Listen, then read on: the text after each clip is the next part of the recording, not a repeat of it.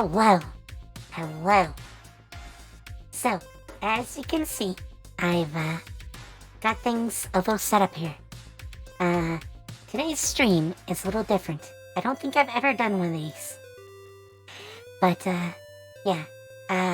One of my viewers, one of you guys out there, was nice enough to get me, Alkander's Almanac, of all things. It's produced by the Dungeon Coach, who is one of the many D&D YouTubers that I have watched the content of. I like interesting homebrew stuff, so he has some of that. I've watched him for quite a while, and sometimes you'll see me in the comments, because we tend to think about a lot of similar systems, so yeah, that's a thing. Actually, that reminds me, for Slicia, I'm thinking of redoing the AR system, because it's a little complex in its current state, and I want to alter it a bit. But, we'll do that some other day.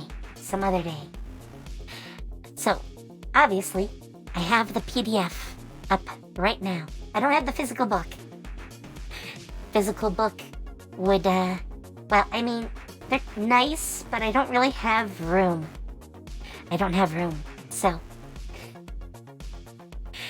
we are looking at the PDF, which is what I usually prefer anyways.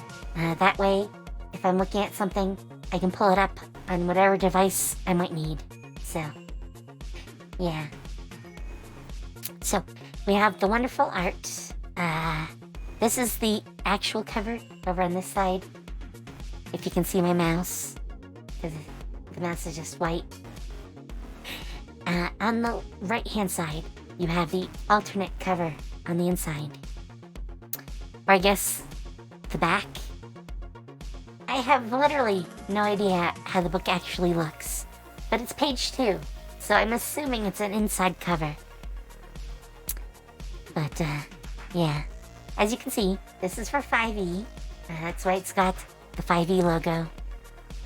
And of course, the Dungeon Coach logo. So, yeah. Let us scroll down. Obviously, he's got a bunch of stuff for credits, including artists, inspiration.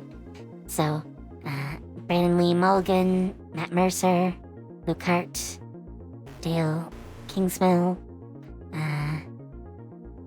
Mr. Rex,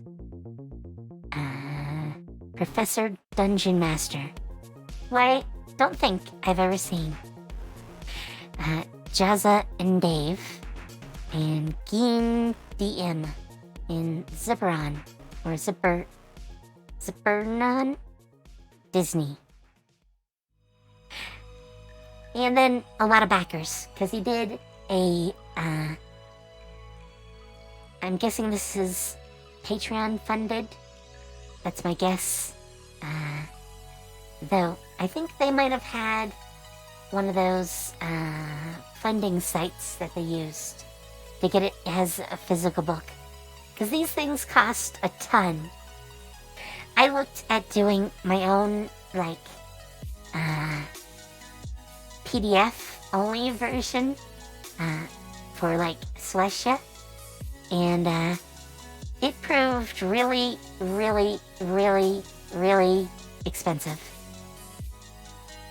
Even if I did most of the work myself. So, yeah, some dedications.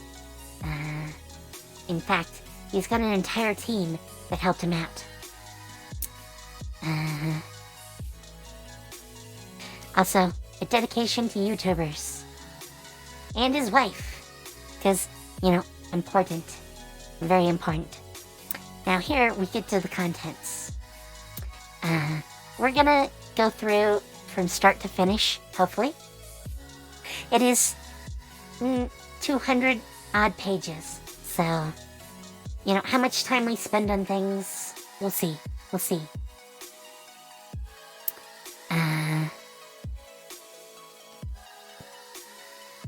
I have looked at this a little bit.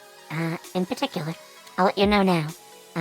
I'm overhauling the inspiration system in Celestia based on thoughts that I got while reading that part, but I didn't make it all the way through. So some of this will be completely new. So we'll see. Obviously, why did he write it? How to use the book? And I can tell you how to use any homebrew book, which is basically that you take whatever concepts you like and import them into your own system. He's got a little guide for doing a session 0. Personally, I don't need the real-life group logistics too much. Somewhat. Because most of my games are online, so... As some of you probably know, I do Vtuber D&D gaming, so it's mostly about getting a bunch of, VTubers together. Which does have real-life stuff, what day you can meet, how often. Though, personally, if I don't do a game at least once a week, I'm gonna forget what happened. And forget what the plot is. And start forgetting all sorts of things, because ideas come to me all the time. So, yeah, big issues there. How long sessions are. As you've probably seen, my own sessions used to be 4 hours, and now we're down to 3. And really, it's not exactly 3, because we start late. Because there's always someone comes late. And of course, flexibility in start and end times, which I do. People for my game sessions can come in whenever they're ready. Obviously, things are going to start happening immediately, but if someone has to be a little bit late, they have to be a little bit late. That's just how it's going to be. I just want at least half the group together before I start. So, it's a journey to see, when everyone's going to get there. And, oftentimes, someone like Boca might fall asleep, or some of the others might need to go early. So, definitely a thing. Definitely a thing. I usually don't mention how long the campaign is going to be. Since people come and go. At least so far. I kind of expect that we'll go until no one wants to play. Or, people don't find it fun anymore.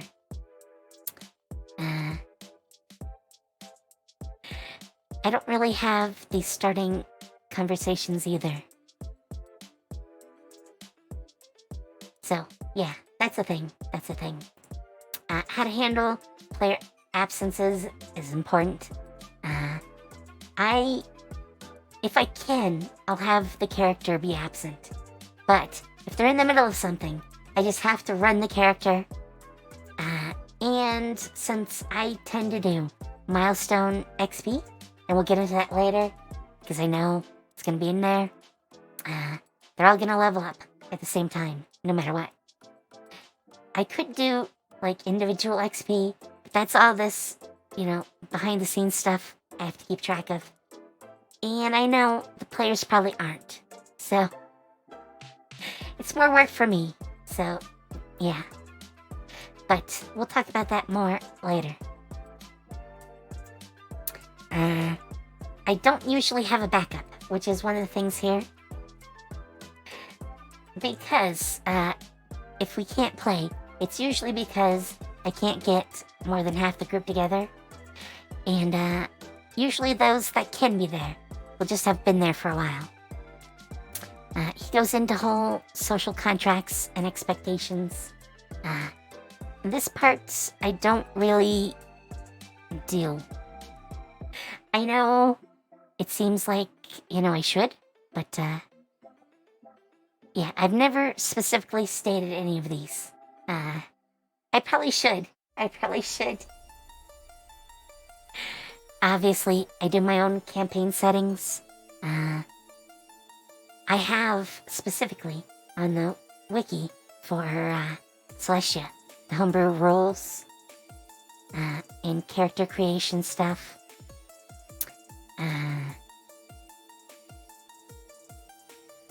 Yeah, play a little. I've never really done as part of a session 0. It's mostly about setup. But that probably would be a good thing to cover at some point. PC creation tables. Wow, lots of names,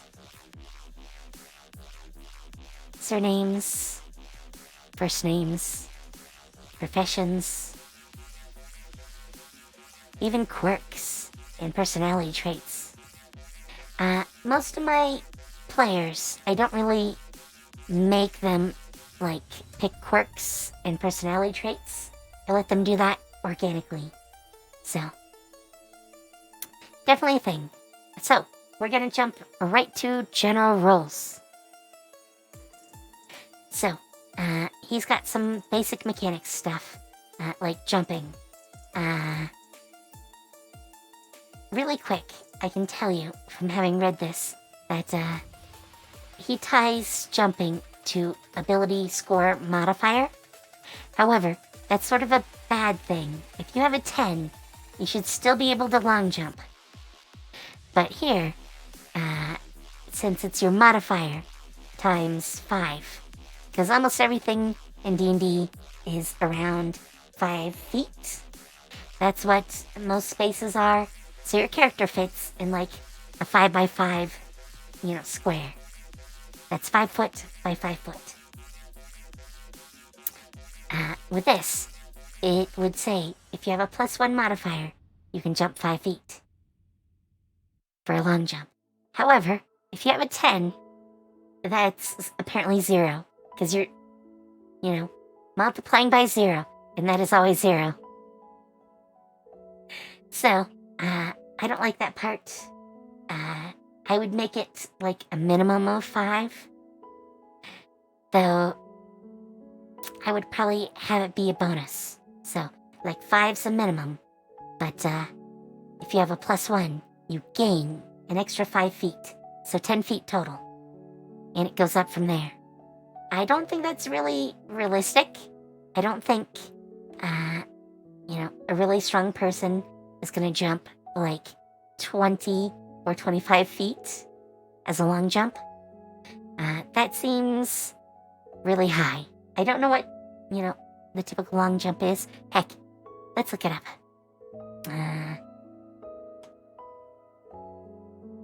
Olympic long jump distance.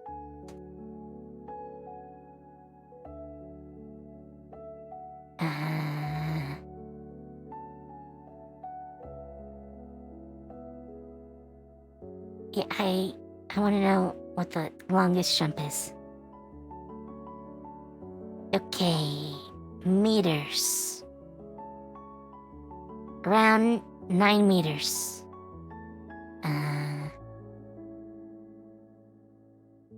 What is that?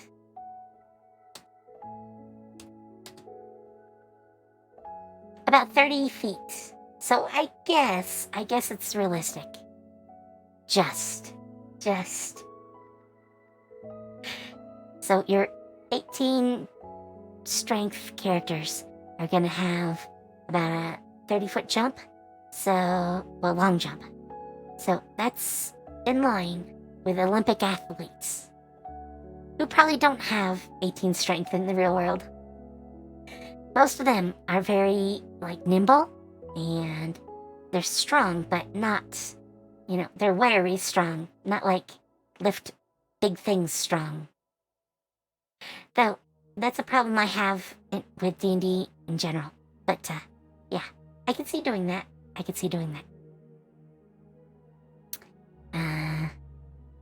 He's got some other rules in here too. But, yeah, I think that would be the easy way to do it. Minimum 5, plus your bonus in 5-foot increments. So, yeah. I kind of like doing it that way. I probably won't do that for Celestia. Maybe, though. I might go back and add that. Add that later. Then he has some stuff about Constitution checks. Because Constitution is always meant to be about endurance, fortitude, or vitality. And, so you have Constitution checks that aren't Constitution saves. I sort of do this, like, the idea for why Mystics in Celestia use Constitution as their primary ability score is because it's about having to handle the raw power that goes through them.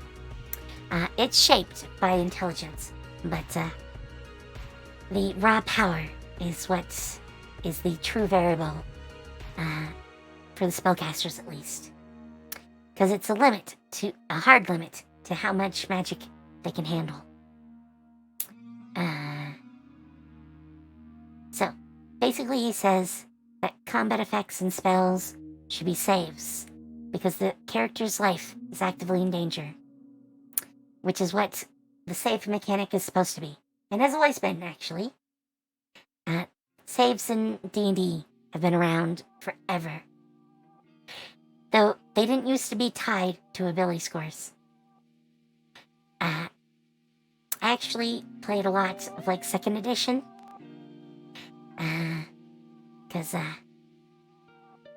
3 was already a thing when I was a kid. But, mostly everyone was still playing, 2 or 2.5, as they usually called it.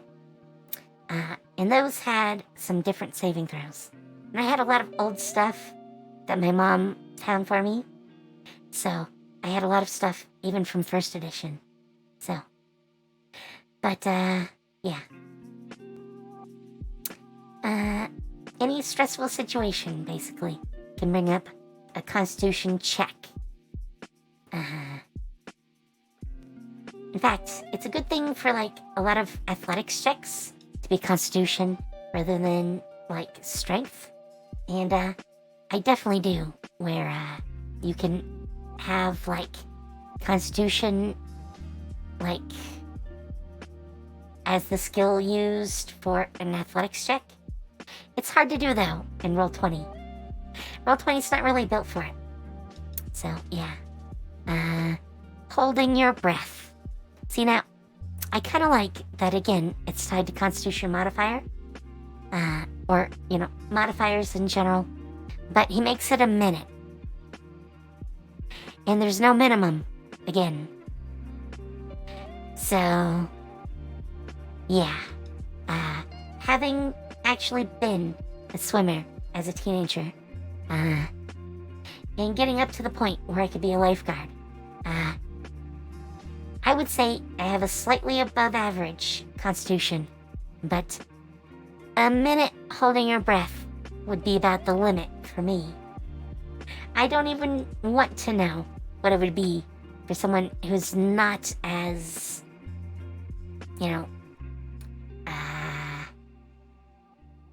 capable in that area. So, I don't know if I'd make it in minutes. Maybe 30 seconds? 30 seconds is a long time in D&D. That is 5 turns in combat. So, I don't think we'd ever get to the 6 minutes in full combat that he's talking about later on. And in this example, even with my numbers, it would be 3 minutes. And that is huge. There are people, by the way, that can hold their breath for a lot longer. I've seen stuff about it. They learn, usually from a very young age, how to hold their breath and the techniques to make that work for them. But there's some Pacific Islanders, for instance, that grow up learning to hold their breath up to 10 minutes. But I would say that's a feat and not really something we need in the rules. I could easily see even like 15-second or 3-round intervals before you need to make a check. Yeah, I think that's pretty common. 15 seconds. Even in strenuous activity. And I should say, the ones that can hold their breath really long, that's not strenuous activity. They do swim like that, but they make minimum use of their air supply. In combat damage as an air tax. In combat breath saves. I think that might be a little involved for some. He's also adjusting falling damage here. Like percent health, or shared fall damage, or lingering fall damage, where it hinders you. He does a whole lingering images table. Later. Much later. We'll get to that, hopefully. He does talk about terminal velocity, though. That eventually, you reach the most possible damage you can ever have from a fall. So it really doesn't matter how much higher you fall from. The damage can't really increase past that, which is what terminal velocity is about. You've reached maximum speed, and when you hit the ground, or whatever other object you're gonna fall into, you're gonna hit at the highest impact possible. Which is usually enough to kill a person. It is very hard to live from terminal velocity. It does happen in rare cases, but yeah. I would probably have a capped terminal velocity damage in any campaign I do. I don't really have people take much in the way of fall damage. It might be part of like a trap, but then it's just trap damage, and I don't think of it as fall damage. But yeah, actually,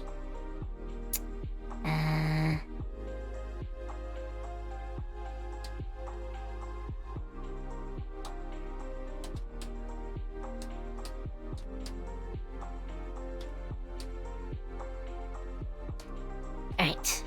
Oh wow, 1,500 feet to reach terminal velocity, or about 450 meters. That is a lot. That is a lot. I don't think anyone in any of my games is gonna fall 1,500 feet. Maybe. I mean, they might be flying. Yeah.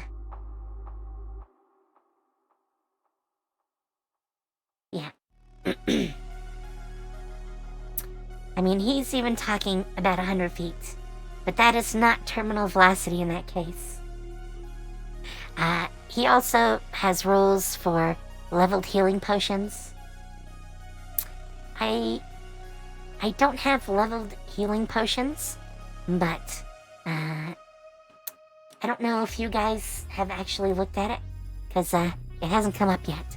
But I mean, it should in year 2 of Celestia Arcane Academy, my Thursday D&D game, because one of the characters is a person who can craft potions, and in Celestia, someone who can craft potions can turn any spell into a potion at normal potency.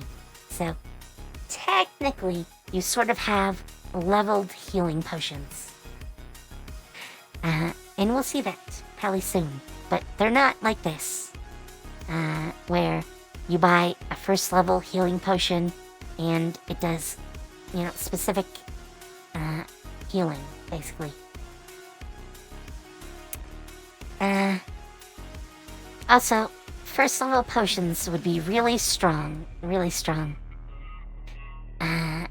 obviously not as strong as normal healing potions, because those are 2d4 plus 4, I think. It's off the top of my head. This would be plus 1d6. 1d6 plus con, whatever your con is. I'm guessing that's con modifier.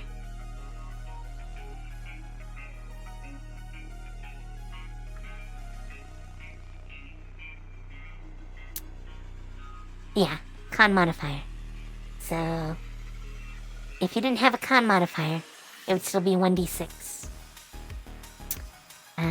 Bonus action potions. Basically being able to take potions as a bonus action. And I do allow that in Celestia. So, I definitely use that one.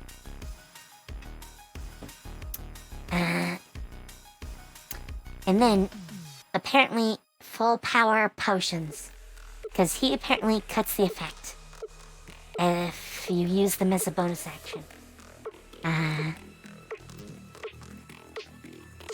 Personally, I think of a healing potion as being a set size, and that size is the required amount to actually have an effect. Then he talks about help actions, being proficient in help actions. I'm not sure I'd ever go that far. Help dice and help checks. I do have people make help checks sometimes. Like, if you use your ability with a successful check, you can use it to help someone else's roll on something else. And proficient help action basically means being proficient in whatever skill you're using to make the help action. I keep saying health. I'm stuck on the health potions.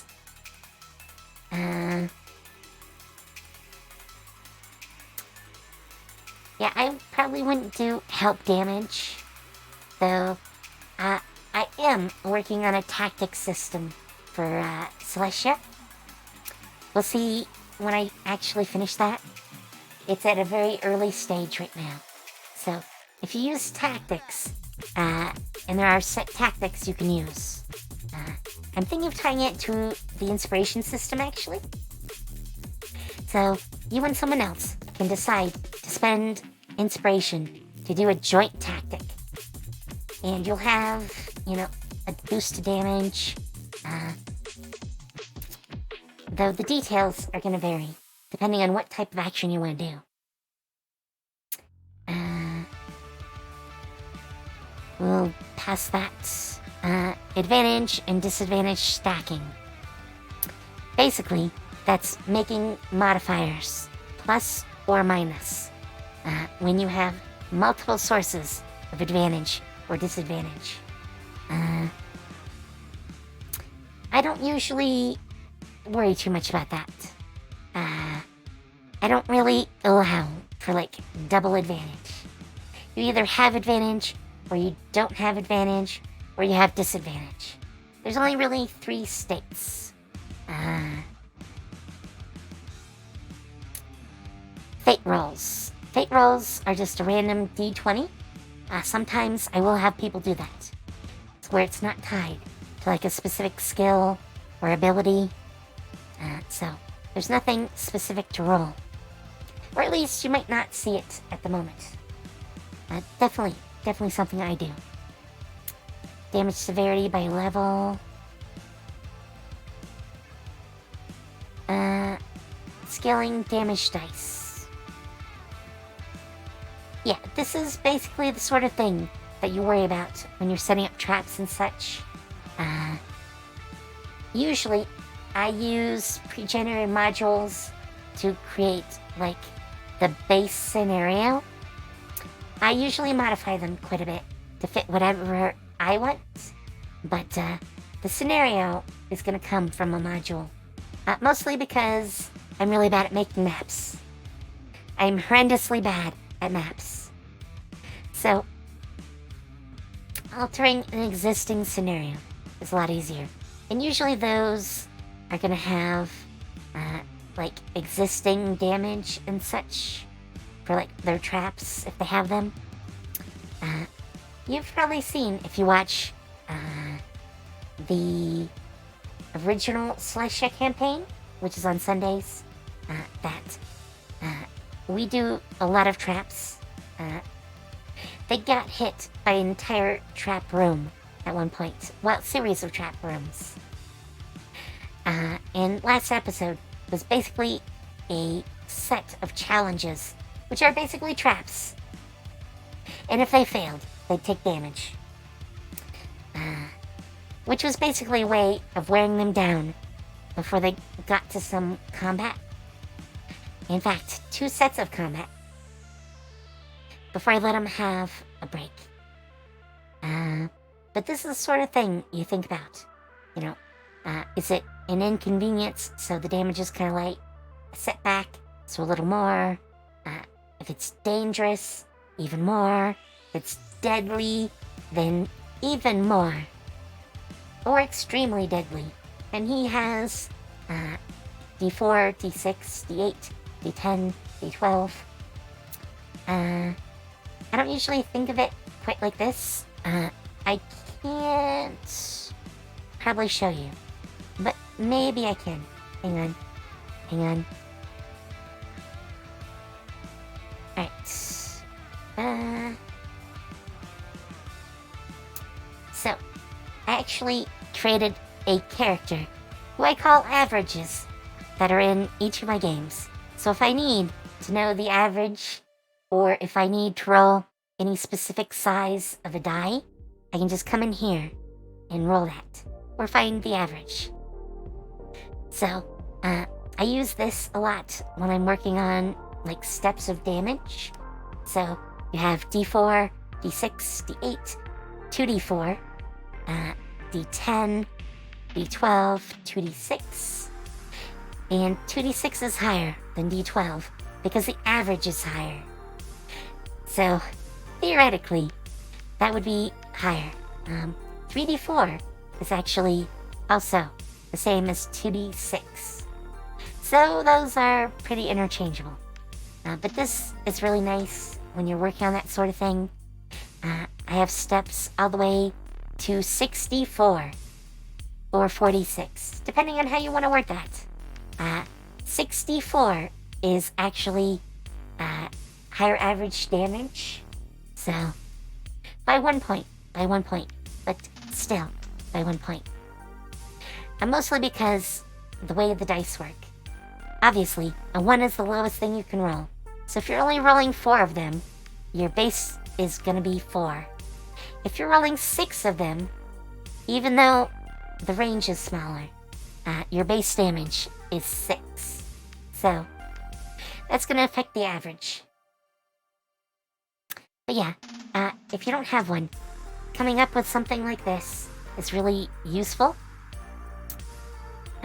I'm gonna switch back here. Alright. So, yeah. If you want to look at the damage something does, this is a good sort of system. The one I use, I'll look at the table and work it out from there. And of course it's level based. Obviously, when he's talking like a number here, an inconvenience is character level or party level, and then like a D4. So like if they're 4th level, 44. Though, I'm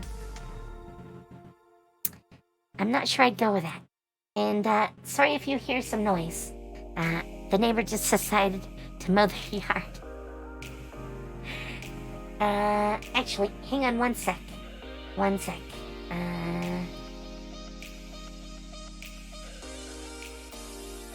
I am still here. Don't worry.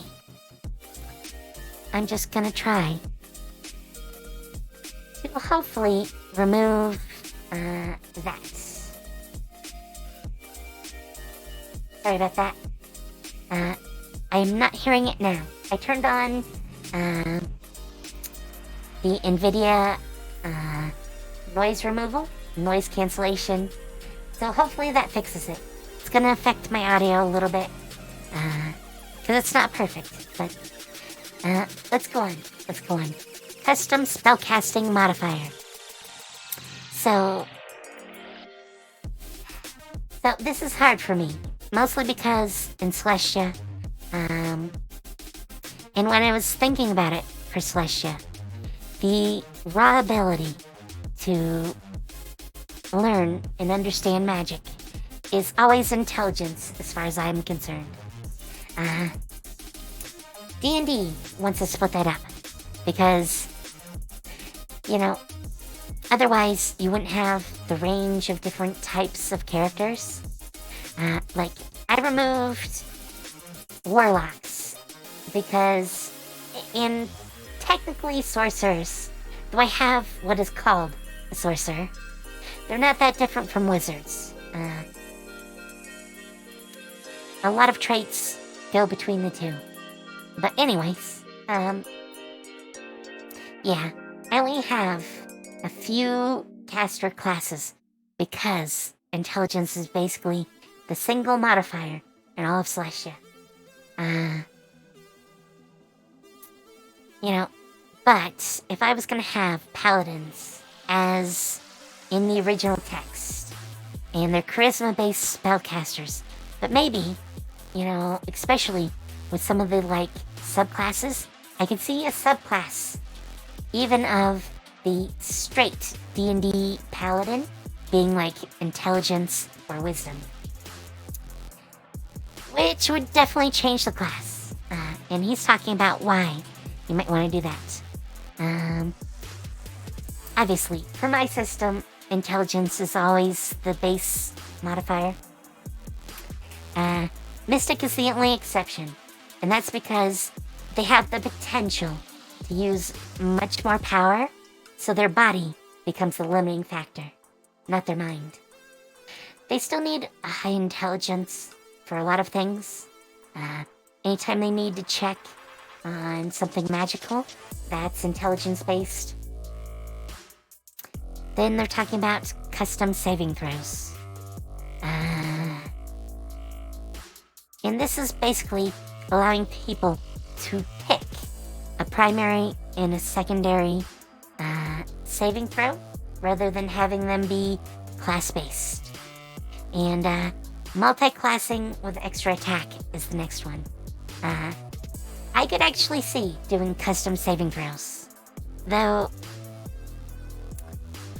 primary saves are dexterity, constitution, and wisdom, because those are the most often used. Personally, I mix it up a little. I've done intelligence, charisma, and strength. In fact, a lot of strength ones, really. So, you never quite know. So each class having different ones is quite a bit. Hey, Arrow. And yeah, obviously, we're not going through all 235 pages. Mostly because you get to the glossary at the end. But we're gonna see how much we can get through. And if I have time left, we're gonna look at some Tower of Fantasy. Yeah. Though I can't play until 8 o'clock at night. My time, at least. So. Yeah, really late. So.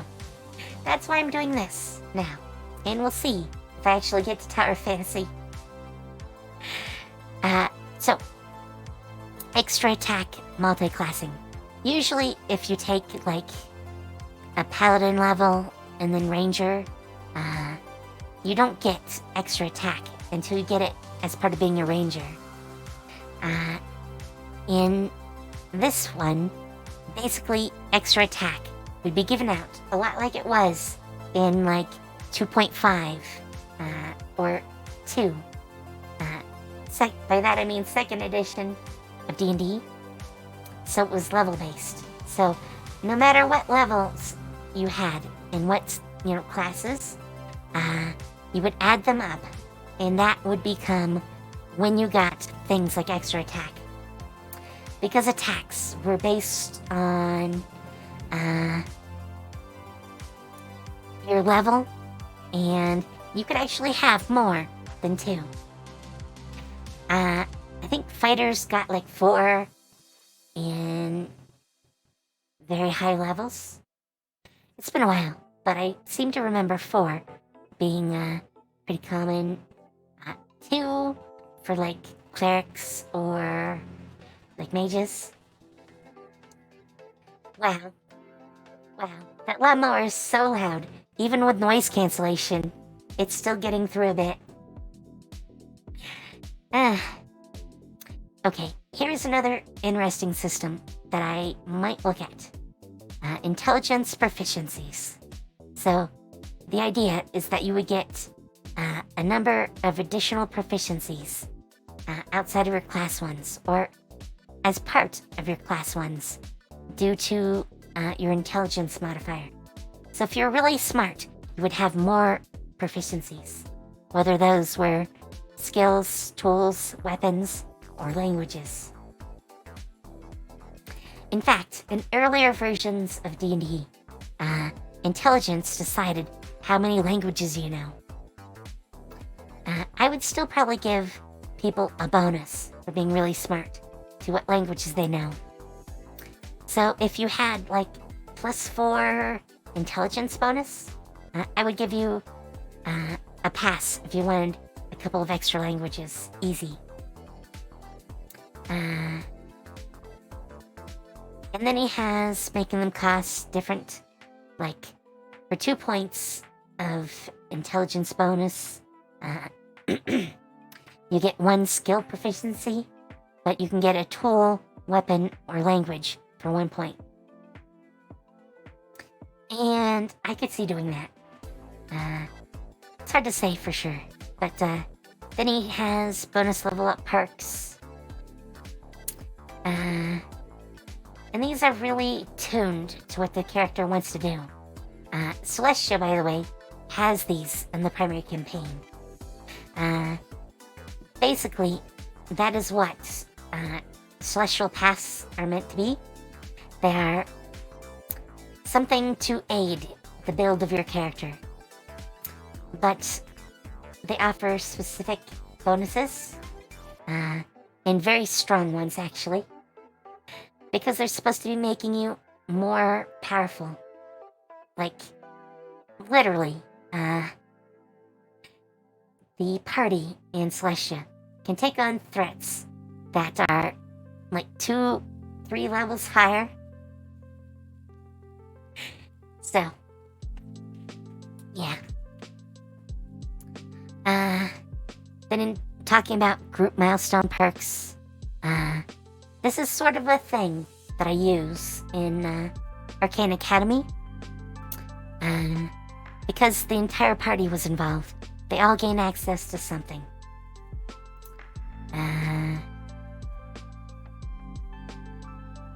We'll get into that a little bit more, but yeah, I will give an entire group a perk, or basically a feature, if I think it's... How do I want to put it? If I think it's a good idea. Sometimes that's a good reward, sometimes not. Celestia actually has that right now. The main group, that is. In their party, they're at a monastery right now. And for helping the monastery, which is what they're doing, even if they don't quite realize it, they're getting access to, like, bare-handed fighting techniques and the ability to take monk levels, even if they normally wouldn't be able to, that is. Then he gets into Attunement, basically expanding attunement slots.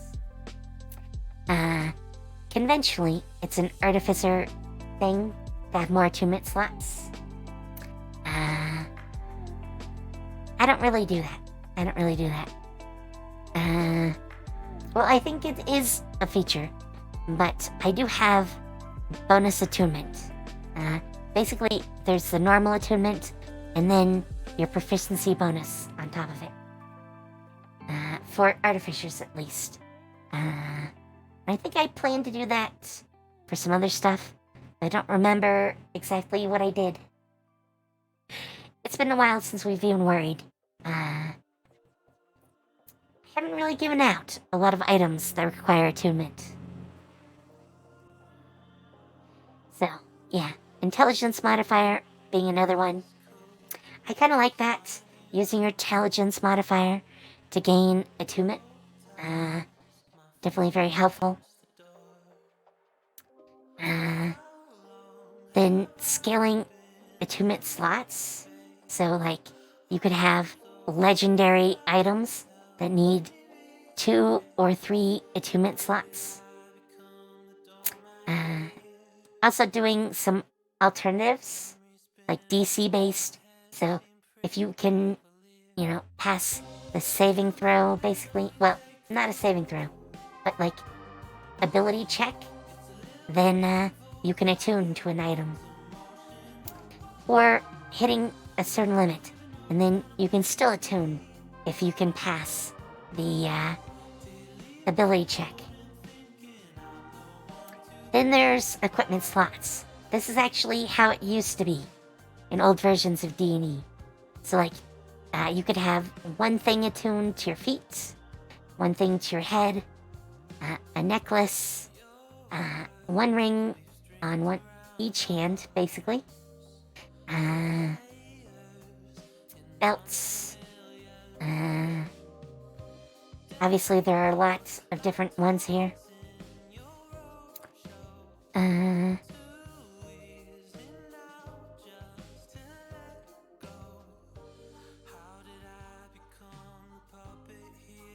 Ending attunements. Leveling up is another big thing. He goes into doing, like, difficulty and how to figure out a good XP rate. So, yeah, sorry. If you've never read the core books for D&D, this might go a little over your head. Yeah, I can't really help that. Since this is all homebrew, this is how to modify the game. If you have questions, let me know though, and I'll try to clue you in on what it all means. I don't really track any of this. For me, I find it tedious. Maybe the players would prefer it. But, yeah. He does a whole thing on non-combat experience, fudging the XP, tally points. Tally points are kind of interesting, as they're like big blocks of XP. They award for completing, like a section of a campaign, for instance. In the old days, they did this with modules. If you completed a module, you would get, like, 5,000 XP, 10,000 XP, and they would just drop this big, glob of XP at the end. But, yeah, we're gonna go to the next section. I kinda gotta keep moving. It's already been an hour, and we're only 28 pages in. Oh god. So, inspiration. Inspiration's something that they came out with in 5th edition. Basically, it's supposed to be a reward for role-playing. I am currently modifying inspiration in my game. The methods of earning it, for instance, are a bit more like, with, what he's talking about here. So, like, ways you can get inspiration. At the start of each session, showing up on time, sharing a clever or creative idea, remembering key pieces of information, or maybe solving a puzzle without needing any sort of ability checks, making some epic or cool move, or taking a really big risk, selfless, kind, or positive trait act, or an act using teamwork. Role-playing your character's traits, positive or negative, which is how you're supposed to reward them, or at least the way the core books talk about it. Making suboptimal choices in order to be true to their character. And then he has an allied player, rolls a natural 20. And you rolling a natural 1. So, basically, the rule for a nat 1 is to rebalance things. So you basically get inspiration. And the usual way you use inspiration in D&D is to either get advantage or re-roll a roll.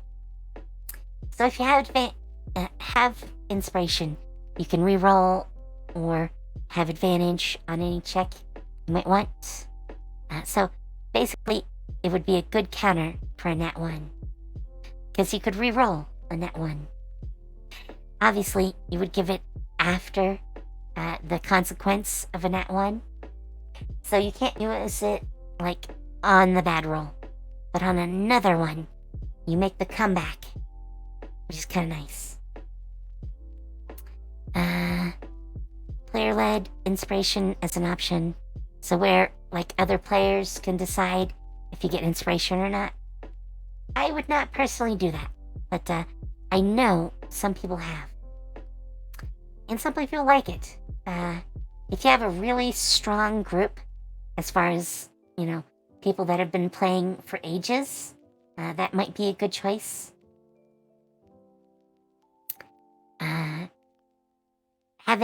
This part is about having, stacks of inspiration. So it's not just 1 point, but you could have, half your proficiency bonus, half your level, or even infinite stacking of inspiration. Personally, I would stick to, proficiency bonus. Not that you need a cap, but I don't really want you to save them forever. You've saved all your inspiration for 8 play sessions, and now you can just smack down advantage and, rerolls the entire game during a critical scene. I mean, that might feel epic, but you lose out on all the epic moments leading up to it. In fact, that's where you get into using inspiration, which he talks about. And, I should mention this. Remembering inspiration actually talks about how or when they expire. A little bit, at least. I think we go into that a little bit more later. Using inspiration, though, lots of examples. A lot more ways than the default. The default is rerolls, which is here, or gaining advantage.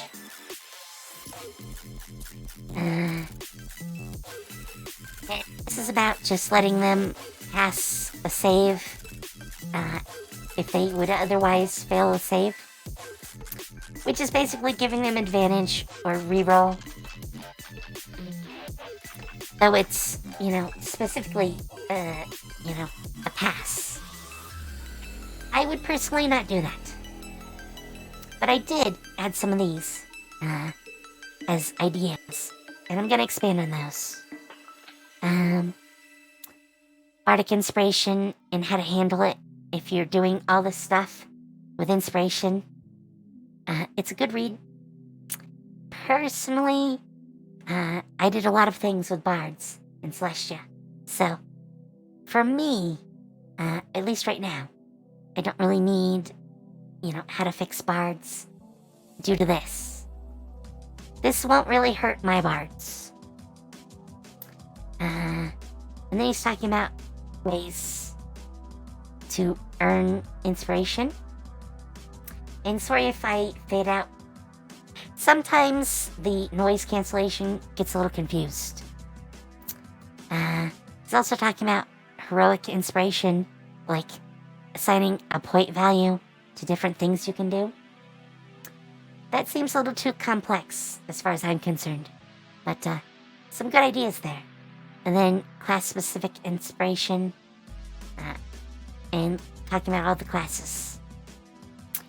Then we get into skill challenges, and the methods, and the madness.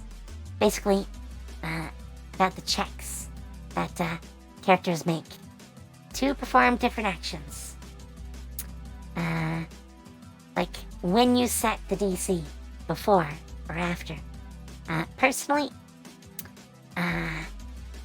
before someone makes a check, I have an idea in my head what I want the DC to be, or the difficulty. Oops. Did I knock over my water? Which is not cancelled out by the noise cancelling.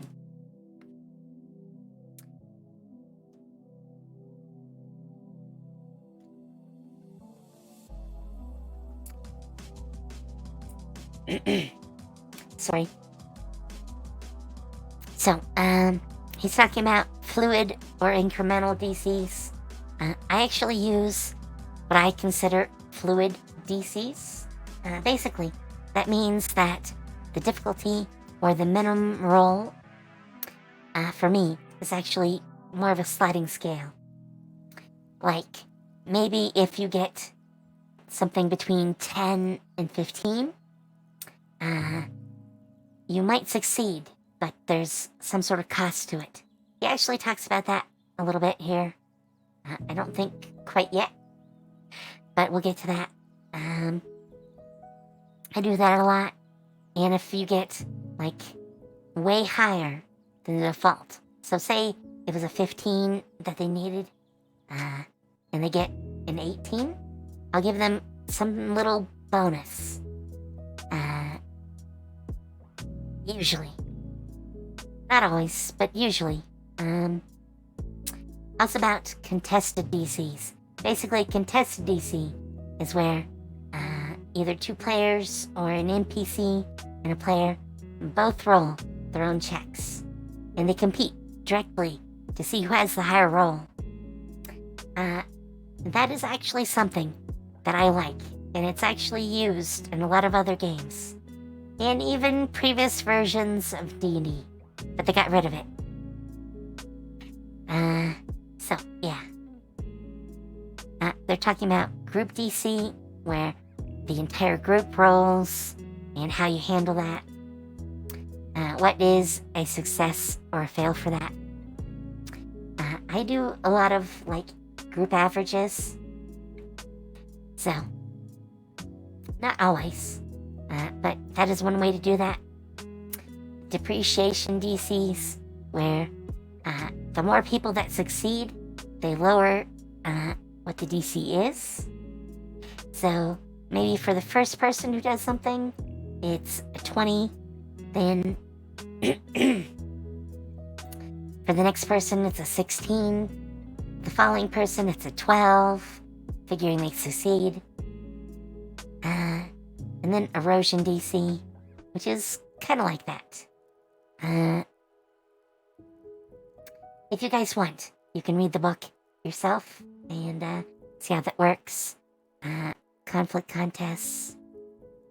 I'm not gonna get really into those. And give me one sec. I think I can turn off the noise cancelling. And that will stop my voice from having weird little glitches. Which again, I'm sorry about.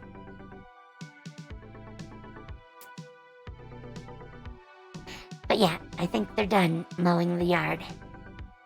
They don't have a lot of yard, at least not near me. But they like to mow it very often, very often. Breaking down skill challenges, things like initiative checks, attack rolls, saves, spell checks. Basically picking apart all the things that go into a challenge. Challenge obstacles, that is something I do a lot. I like having a lot of challenges for the players, which are basically skill checks. But, yeah, that's the thing. Hints, clues, and failures. Talking about different methods, like the low-tension mystery method. After you set the stage, don't tell your players what happens if they fail, but wait until a failure actually happens. Don't reveal what happens on an overall failure until they are one failure away from it happening. This is the sand trap. So, being in a locked room and there's a puzzle to solve to get out. And, you don't realize that, you're one step away from death until you are. And then there's the sand trap. Or, where the room fills up with sand. Or, spikes come out of the ceiling and the ceiling comes down at you. And you have to finish the puzzle now or you're going to die. That is the mystery method. The ominous method, you see small little things that build up to be more serious and more serious. Basically, they're about how you get tension into the concept. I haven't done a lot of these. At least not, gearing it up as the contest goes on. I want to. I haven't had a good situation yet. I need to come up with some, rooms that I can make into, escape rooms. Escape rooms are great for this sort of thing. Because you don't know what the consequences are going to be. You get that tension. He gives an example here. Some additional rules, like not asking for checks. So, this is actually something some of the players like to do. Like Boca in Arcane Academy. She's kind of new to D&D. So, when she got the hang that a lot of things are check-based, she will start to say things like, I want to make a investigation check. Or, I want to persuade them. So, you don't really want that. You want them to have the RP, and you decide what sort of check that it warrants. So, Boca should say, I say blah blah, and I want to, talk them into what I want. And I'll say, okay, that's a persuasion check. Give that a roll. That's how you want it to be. The flow works a lot better that way. And, you really don't want to have to tell them that, what they decided was the correct type of check. It's not actually the check. Because they've already got their mind made up, and they really want to fight you for it. Boca has many times. She's getting better at that. But, yeah. It happens a lot. And you want to get away from it, which is what that talks about. No repeat checks. You don't want the same check to go again and again. There's a variant for your entire group. I kind of want to do that. If you fail a check, no one else can make the same check. Sometimes they can, sometimes they can't. Like if there's a room, and they all want to check the room by investigating it, I will let them do that usually. However, sometimes maybe there's just not much in a room, so the first person does it. They find the only thing of value. There's no reason for everyone else to make a check. They won't get anything extra. But yeah, aiding allies, secret success, setting skill challenge difficulty. We already talked about that a bit. Though he has a formula for how to do it. with a difficulty modifier. Number of successes needed. So, for group things, sometimes you build up a number of successes to actually succeed on something. This is usually like for 3 or 4 points. So kind of like death saving throws, but in reverse. If you're not aware of how death saving throws work, in D&D, when you're knocked out, which is 0 HP, you have to make saving throws, basically checks, to see if you live or if you die. You get 3 chances to live, 3 chances to die. They're tracks, so you get 1 success, you mark it down. You get 1 fail, you mark that down. You keep rolling until either you get 3 successes or 3 fails. So you either live or you die. And if you live, you actually go to 1 HP. Which is kind of nice. But, yeah. I actually changed that a bit for the original Celestia campaign.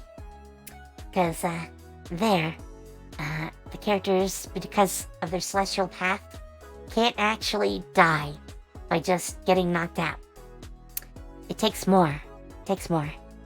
It's part of being celestial. Basically, more than basically human. What happens on failures, to get back to the book. I mean, obviously, there's different types of failing. Damage is the usual one, but sometimes it's not like that. Round-ending save failures.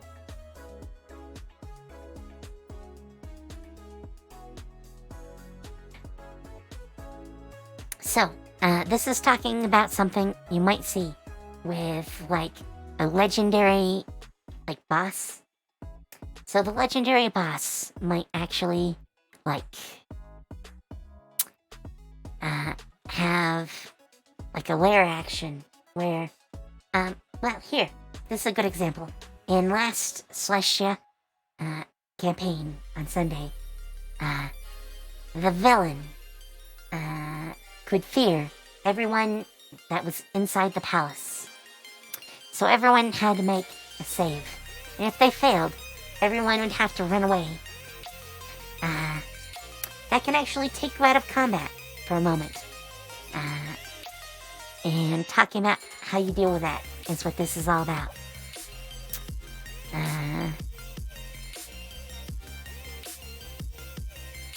He's talking a bit about fluid or dynamic DCs here, or difficulty checks, which is actually what DC means. Whether it should be secret or known. I usually do not tell the players what the DC is. I also don't tend to tell them the AC of, like, a monster, because it's basically the same thing. They'll figure it out, depending on the rolls, but, yeah, I'm not gonna openly tell them. Sometimes that makes them think they have failed, even if they have succeeded. But, that's a good thing usually. Some stuff dealing with nat 1s and nat 20s, how to avoid trolls.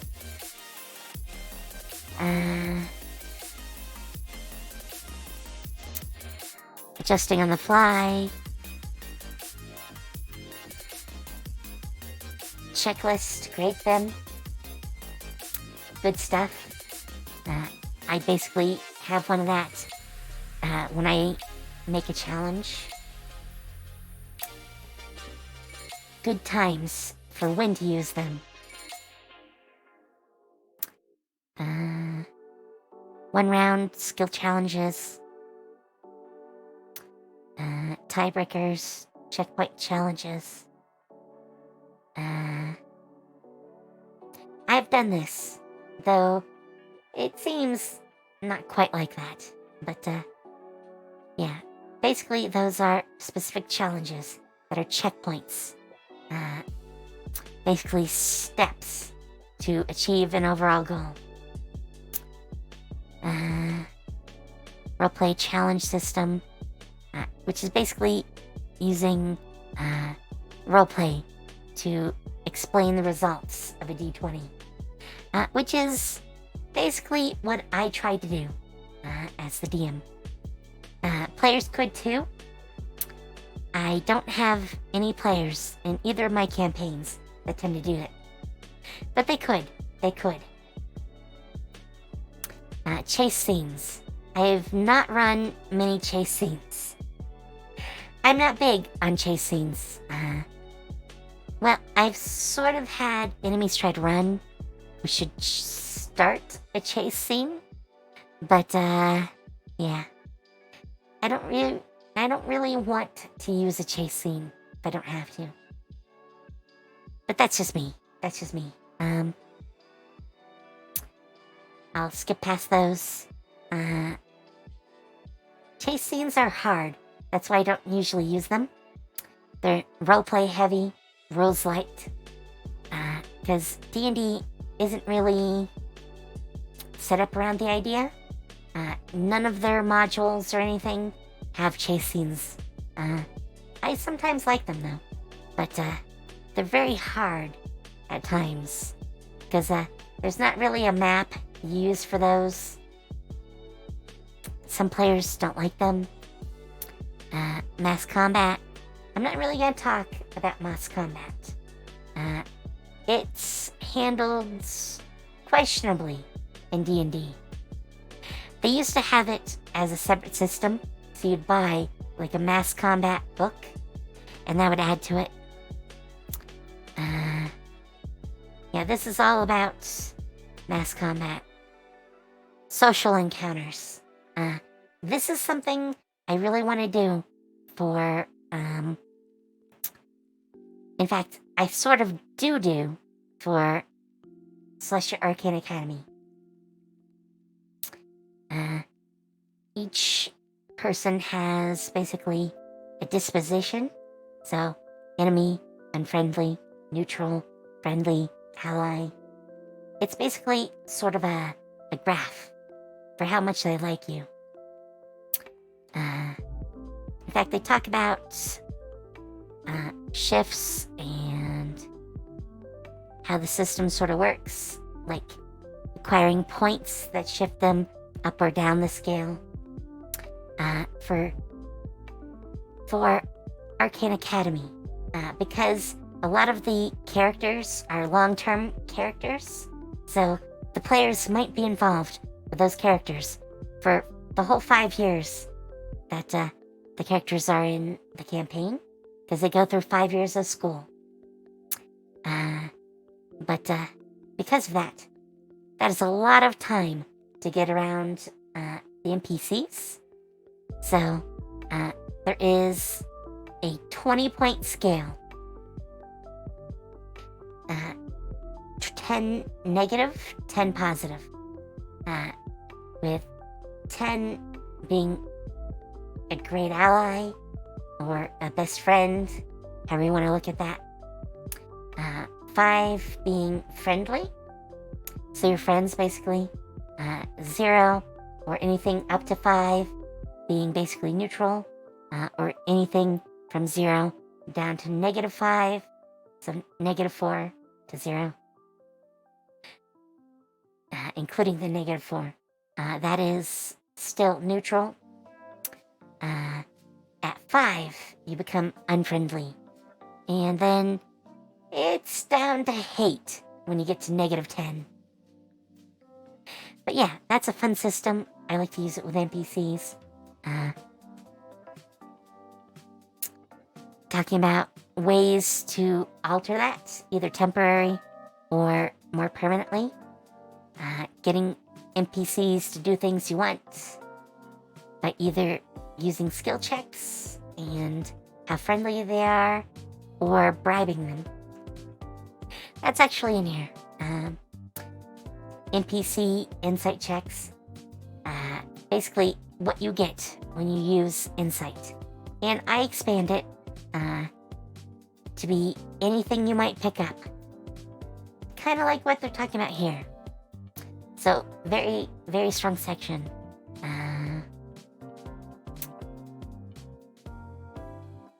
Influence points, which is basically what I just talked about in the reputation system. So he does a generic neutral -1 +1. Opposing factions, rewards. Rewards are definitely something you want to do with reputation. Yeah.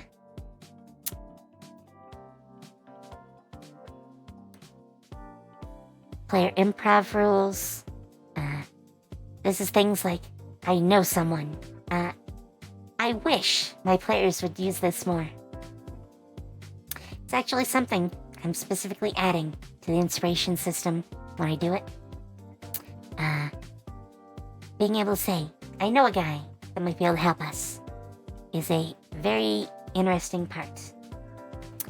And that can be an existing character or a new one, depending. Just as I planned, basically having thought beforehand and using it to alter the situation that the players find themselves in. I personally don't really like that as a mechanic. Basically, it's saying that the characters didn't really think about it ahead of time, but we want to think that they did. They had some secret plan all along, you just didn't get to see it. And that kind of feels bad to me. Maybe it's not for you, but it was for me. That reminds me, knowing something, or being able to even make up on the spot something. Celestia has lots of fixed lore, so I don't use this too much. Rather than let the players make up something, I already have a lot of established stuff, and I know most people aren't gonna actually, know a lot of the lore. I have a lot of lore. Comes from being a writer. Celestia has tons of it. Tons of it. I have just the thing. This is something I do allow. I'm gonna put it in my inspiration system. Basically, anything they might need, like a healing potion.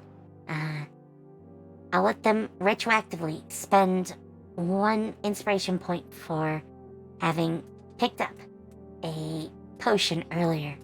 They still have to pay for it, so they don't get out of that. But they get an item that they critically need whenever that might happen.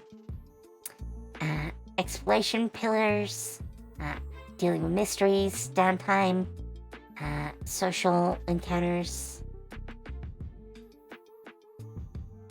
combat pillars, talking to enemies, combat escalation and diffusion. This actually came up just a little while ago in Celestia, the original campaign. The players were trying to talk down a very belligerent guard, basically.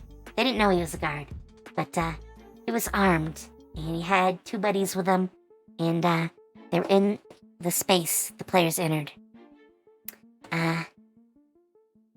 However, he, by disposition, was meant not to be friendly with the characters. Or anyone, really. He didn't even like his group. But, during that, as they tried to talk him down, one of the other players just went and threw a psychic dagger at him, ending any diffusion and escalating it right into combat.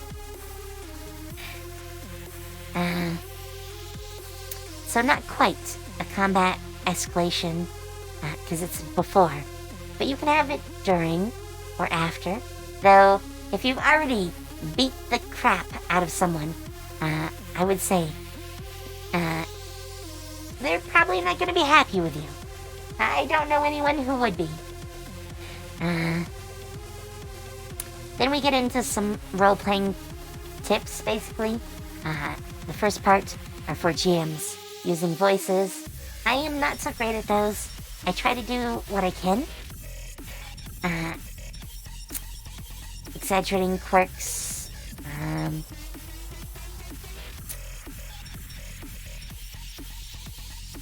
I try to do a lot of that if I can. A lot of characters start to feel samey. Because, like, it is hard to play a character who only comes up every so often. It is. It's not like the characters who get, episode after episode with, their character. They know how the character acts. I have to create unique personas, basically, for each NPC. It's a very hard thing to do. And I'm sure every GM knows that. Here is some of the tips, though. I can't really use face or body, for obvious reasons. You can get a little bit if you can see my face, or, how I move. But, usually the players don't get to see that. The audience does. Practicing voice transitions. I don't do a very good voice transition. It's actually why sometimes the characters can't tell if I'm speaking as myself or a character. But that's because it's hard for me to, alter my voice enough that it really comes up.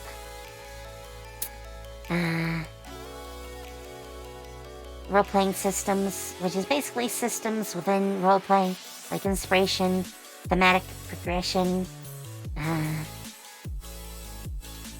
lots of GM stuff about secret roles.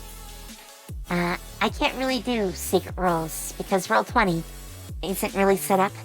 I mean, there is a way to secret all my roles, but there's not really a way to switch easily back and forth.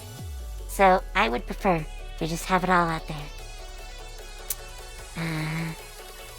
The GM deal. So this is where you can say, well,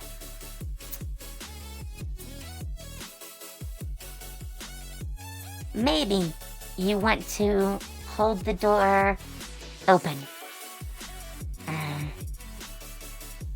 I wouldn't usually allow it for one reason or another, but maybe if they are willing to give up something, I am willing to let them do it.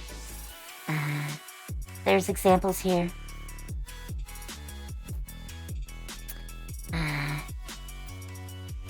But yeah, this is something all GMs should do. Flashback sequences. I don't really like those unless,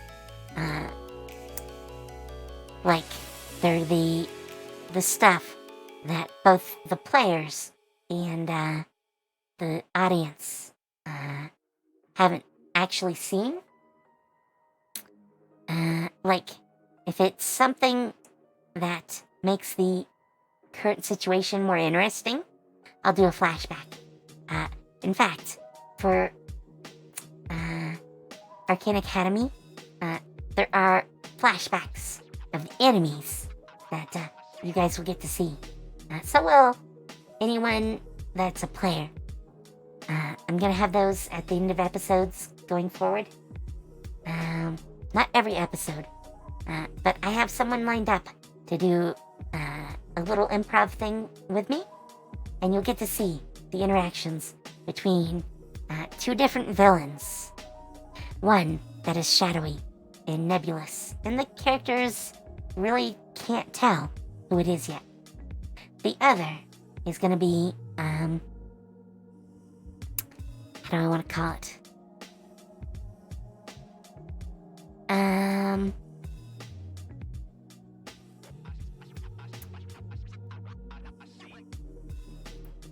they're a hidden enemy, so the players won't initially know who it is. But they might work it out, eventually. In fact, they could start working it out right from the first episode. But, the actual characters won't know, but the players will. The players will. Or they can, at least. They'll have their ideas about who it might be. And I'm gonna try to keep them on edge about who it actually is.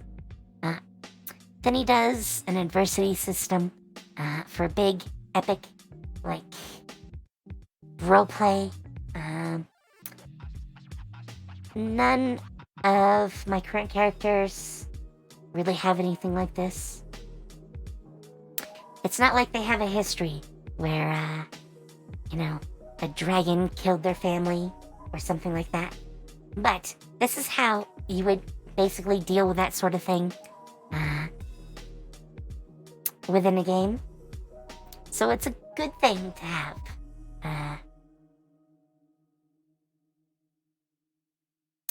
Social encounter RP, player versus player checks. I like to do those as contests. And, yeah. Even they're talking about, the dungeon coach, that is, doing, like, contested roles for the most part. Player-prompted roleplay.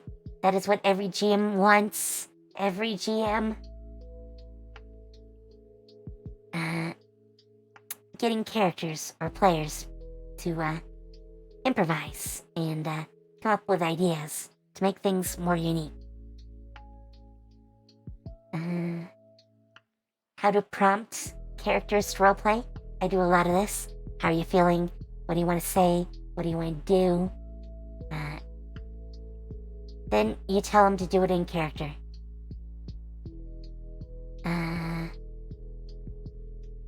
I'm always trying to do that. Quality time checks. I do have stuff that happens in downtime, but I don't talk too much about it. I've done some of it, and I had some interesting mechanics for the original Celestia game, but they're away from most of that at the moment. Yeah, they've basically been in adventure mode for quite a while at this point. Quite a while.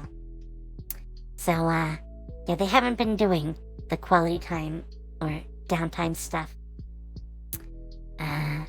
Exploration RP, combat RP, how to flavor damage, cinematic finishing blows. I do this myself. I describe how a character finishes a enemy, but I want the players to do that.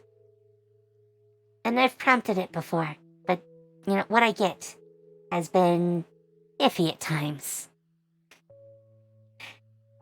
I'm actually going to add that into my inspiration system. You describe how you kill the big bad, and, I'll give you inspiration for it. I think that would be a good thing. Alternate dice methods, tension dice, dice in a bowl, dice towers.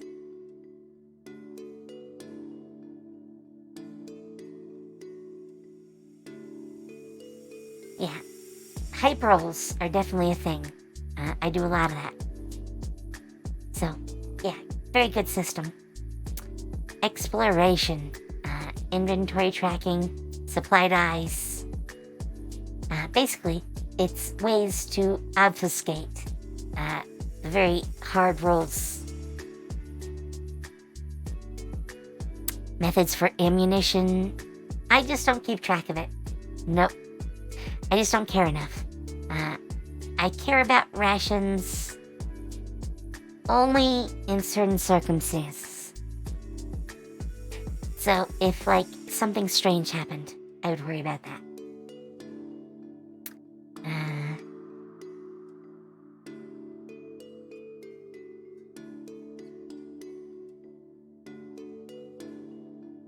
Sorry. Equipment, wear on equipment, storing equipment. Yeah, I don't like dealing with any of that. I would rather not. That's why there's 2 bags of holding in my Celestia campaign. And Arcane Academy is going to have one very soon.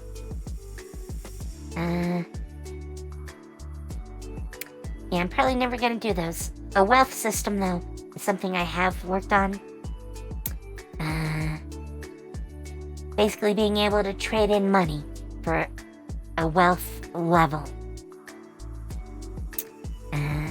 So your wealth becomes not as easy to use, at least immediately, but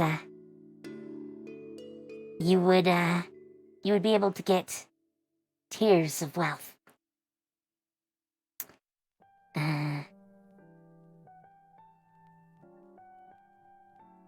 Yeah, this is an interesting take. I would probably do something myself, kind of similar.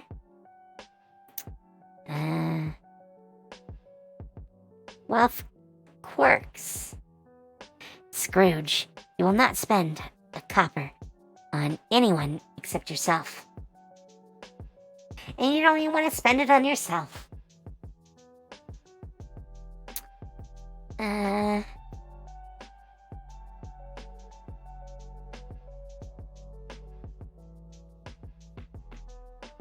The click rule.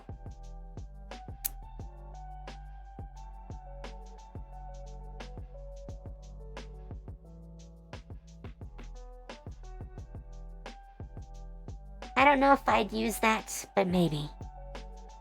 I'm not going to read it out for you, but basically it's about having like a mode where anytime you say click, they know something bad is happening, and all the players get a chance to do something before it actually happens.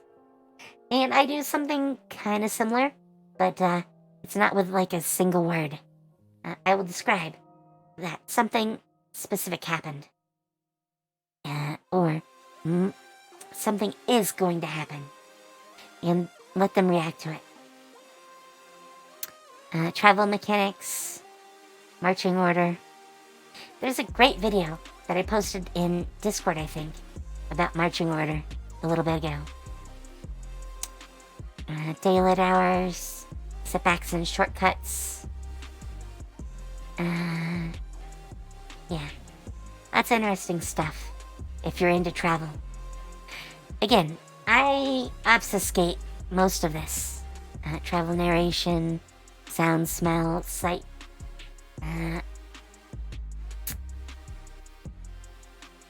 I do a type of travel check, which is basically a survival check. But, so, like, the main Celestia crew, the original crew, is currently traveling by boat, at least most of the time.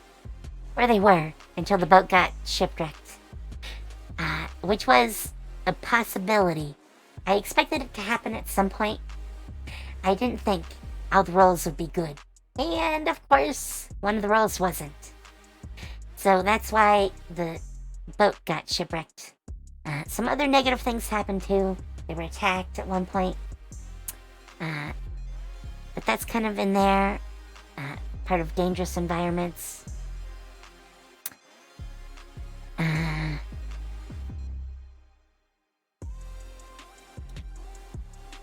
Alternative travel methods.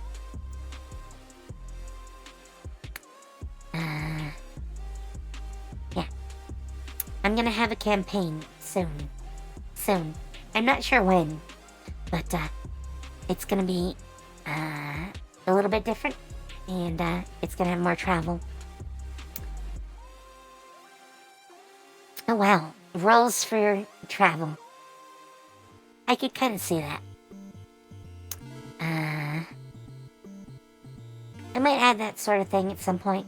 Not in my current games, but it's definitely interesting. Lots of things in here. Fast travel. his own personal travel method. How to run random encounters. Yeah. There's a lot of stuff there. Building encounter tables.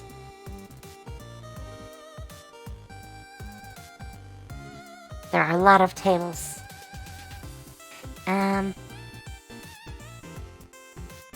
Encounter die. I don't know if I'd use that, but random 3-dice system. Oh, so it's using like this looks like a D12, D10, and a D8, and using that to decide the type of creature, what it's doing, and a twist to it. I've definitely done that, though not with random tables. Altering the rest system. Even introducing half long rest.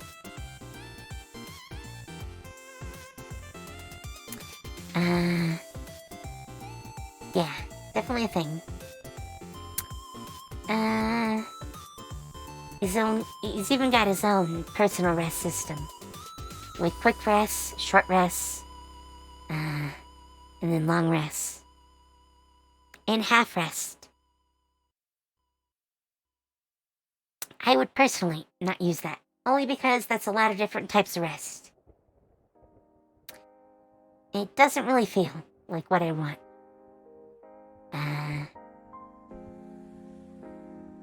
Yeah. Characters, or players I should say, really don't want too many things to worry about. Things you can do during a rest.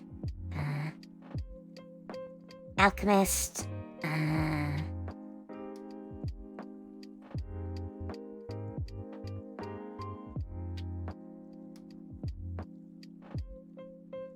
Appraiser. Some of this I definitely want to add. Cooking is definitely something that I have planned to have some definite things for. Appraiser, cartographer, alchemist, definitely. I have roles for alchemist at the moment. Crafters, that too. Entertainer, forager, idol, lookout, medic, mentor. A lot of this I definitely plan to have in. Then he goes on more about downtime.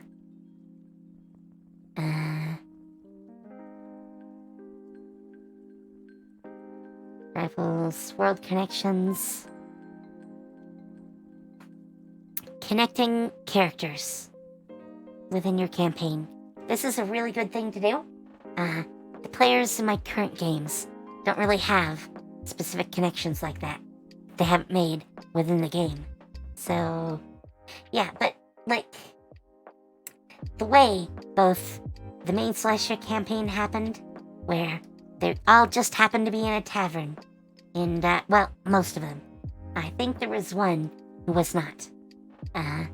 But they all got, information on, some goblins that were lairing in a cave. But when they went in the cave, they found that it wasn't just goblins. There was a whole thing going on. And they all ran into each other. Most of which they decided to team up. Some were more reluctant than others. With the Arcane Academy game, everyone met at the school. So, you didn't really have anyone that knew anyone else. I would have let them have, like, other characters in the background, but no one did it. So, but yeah, solo side quests. I probably won't do that. Mostly because of the format in my games. But I did want to do solo side quests at one point, where I'd have everyone come on and do a little one-shot of their own. One-on-one, see how it goes. But that never ended up happening. It was during a downtime.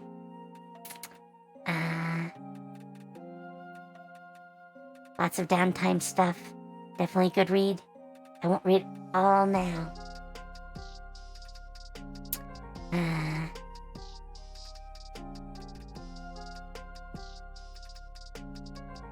Some of this downtime stuff is definitely going to be useful for like Arcane Academy.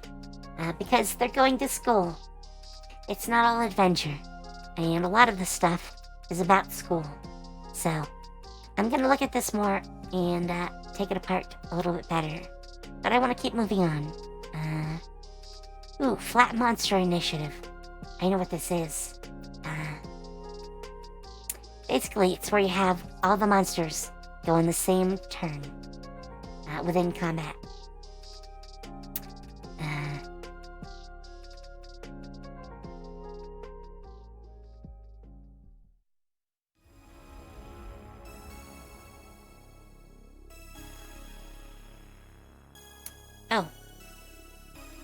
In this case, you would also have them go on like a 10 or maybe a 15. And if it was a boss, a 20. But I kind of wanted to like roll. I like rolling.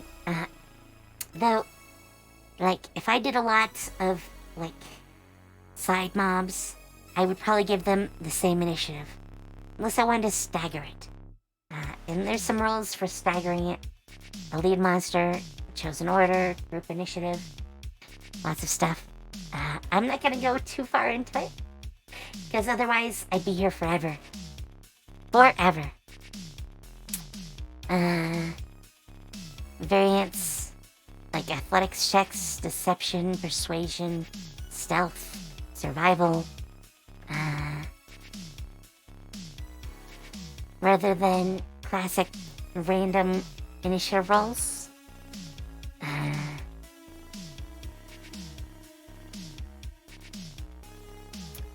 Some of this I definitely am gonna look at. Movement.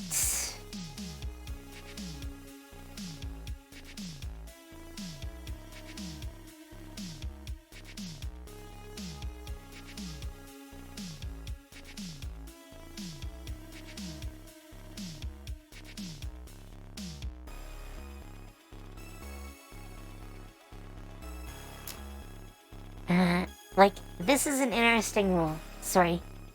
I took a little time to read this. But, the 5-foot step.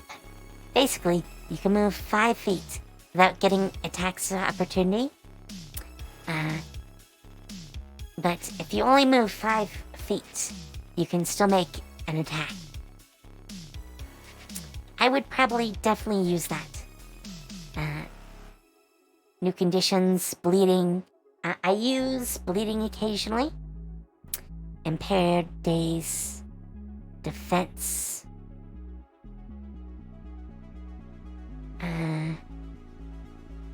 Some of these might be interesting. I'll have to look at them more. Conditions.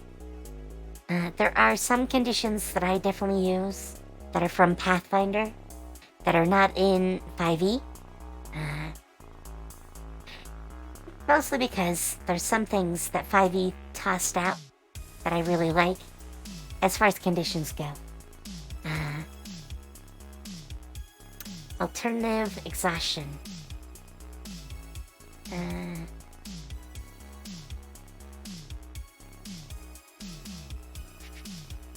Yeah. I definitely want to use some of that. I need to redo exhaustion in Slash. Definitely on my list. Defense house rolls. Intelligence saves, wisdom saves, knowing when to use what. Same for charisma, damage resistance.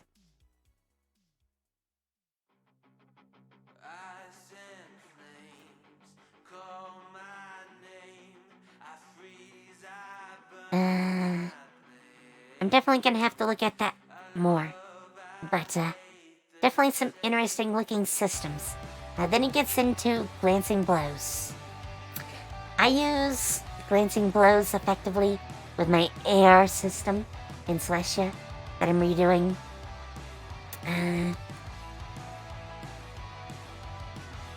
I don't usually use it for creatures, but definitely do for players.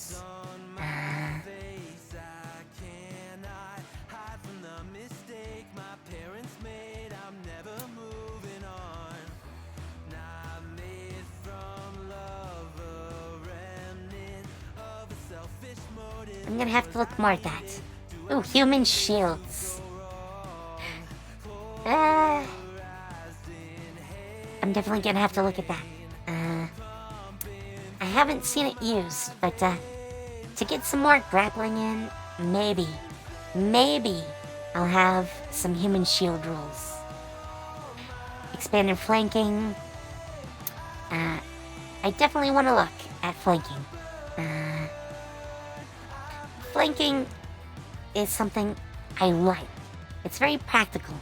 Usually you can't see behind you, so you have to split your attention. Someone is going to get that advantage. Improved knockback, improved reach.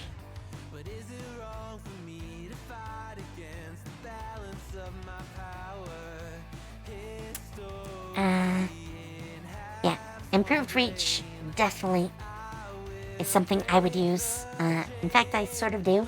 I consider it threatened within any of the reach range. So,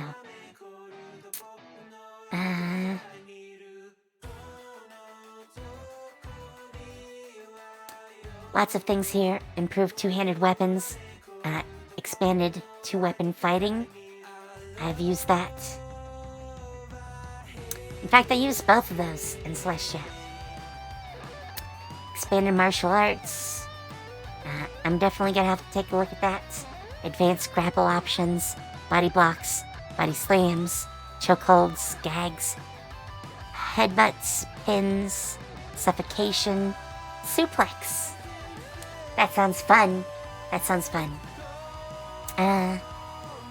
I definitely should add in some of these.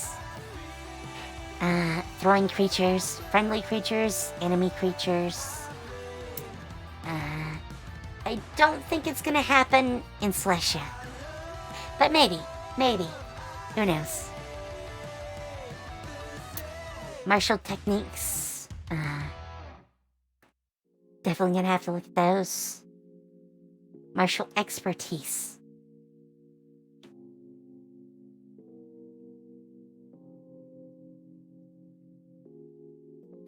Definitely have to look at some more of that.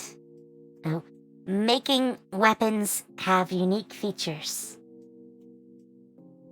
This is something I've been working on for Celestia for ages. Like, being able to sunder armor using hammers. Or several other categories here.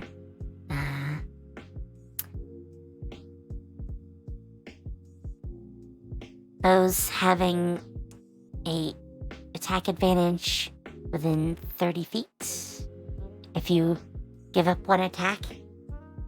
So basically, you're not shooting from the hip.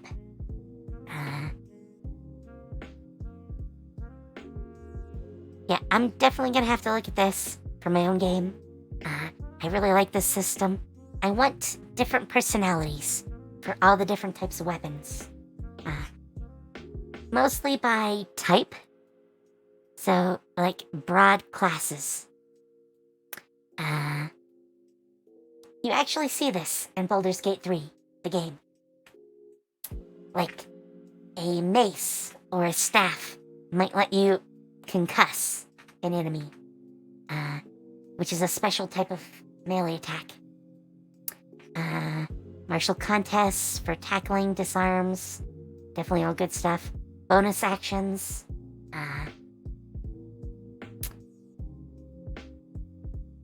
yeah. I do some of this. Definitely need to look at this more.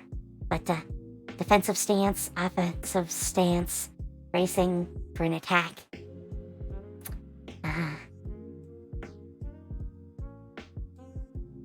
Yeah. I definitely want to look more at that. I like the idea, using your bonus action, especially if you're a fighter. I think this is where a fighter should, shine. They should shine. Maybe monk too? Or have types of monks, maybe. I have a type of monk. Actually, I will switch over really quick. There is a type of monk. The war monk, who is meant to have a lot of physical techniques. It's basically a physical style martial artist, kind of like, so martial arts either focus on the spiritual side or on, like, the physical side. There's different terms for this. Open hand, open palm, closed fist is usually the most common term. And each style falls into that somewhere, except for a few, like Jeet Kune Do. I think it's Jeet Kune Do. JKD. Yeah, that's a style that has aspects of both, because of the way it was built. And it was built by Bruce Lee, so it's a more modern style. There are a lot of those that are all about, like, physical, though. Like, the Russian military actually has a martial art that originated there. And the Israeli military has another. They're very focused on combat abilities, different techniques. This would be perfect for giving those a little bit of a leg up. You can go into offensive stance and maybe you deal more damage, but you can't use reactions, which is the option up there.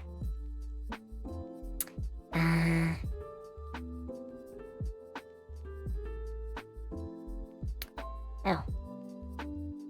Okay, his version of offensive stance is probably not what I would use, but maybe. We'll have to see. I'll have to look at it more. I don't have time.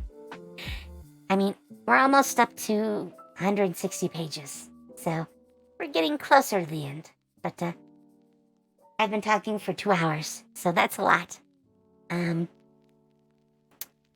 Martial reactions, I talked about that a little bit. Parries, I definitely want to add in parries to Celestia. Shield blocks, I definitely do that. And he has an AR system, but it's called armor reduction, which is apparently coming up soon. Shield blocking, though, definitely something that I have in Celestia.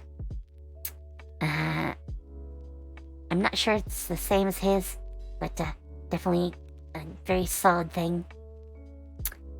And I would have to go to the part on armor reduction to actually find out for sure. Reckless actions, rushing, charging, sprinting, adrenaline attacks, targeted attacks,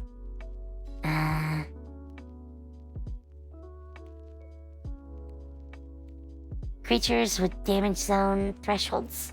There are some of these, like taking off a rhino's horn because it takes a certain amount of damage, or a creature with tentacles losing a tentacle because you inflicted a certain amount of damage, or reducing the legs on a spider, which hampers its movement.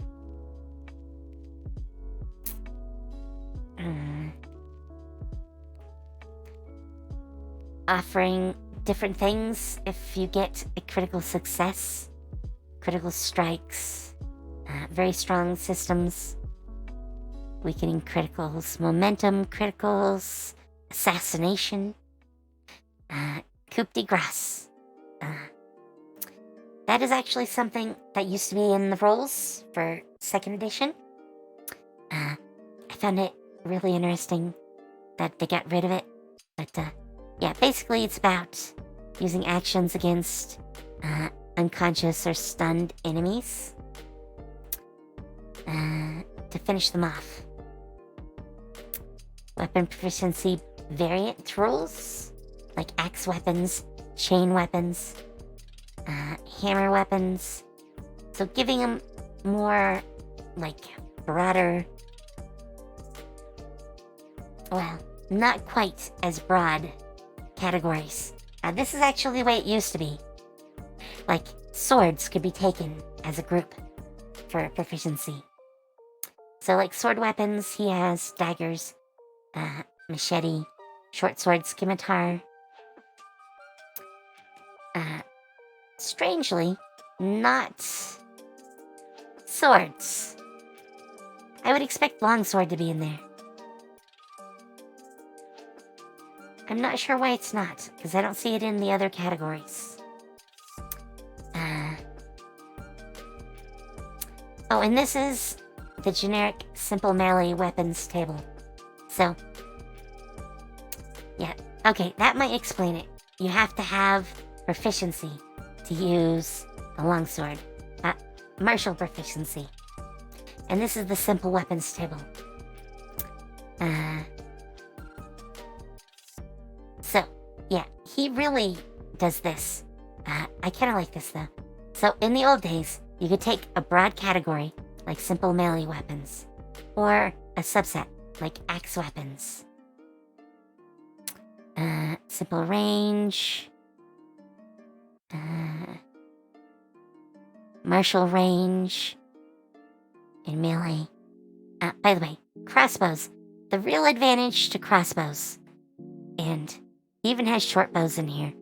Short bow should definitely be a martial weapon, as far as training time goes. Martial weapons are meant to be ones that you need more training with.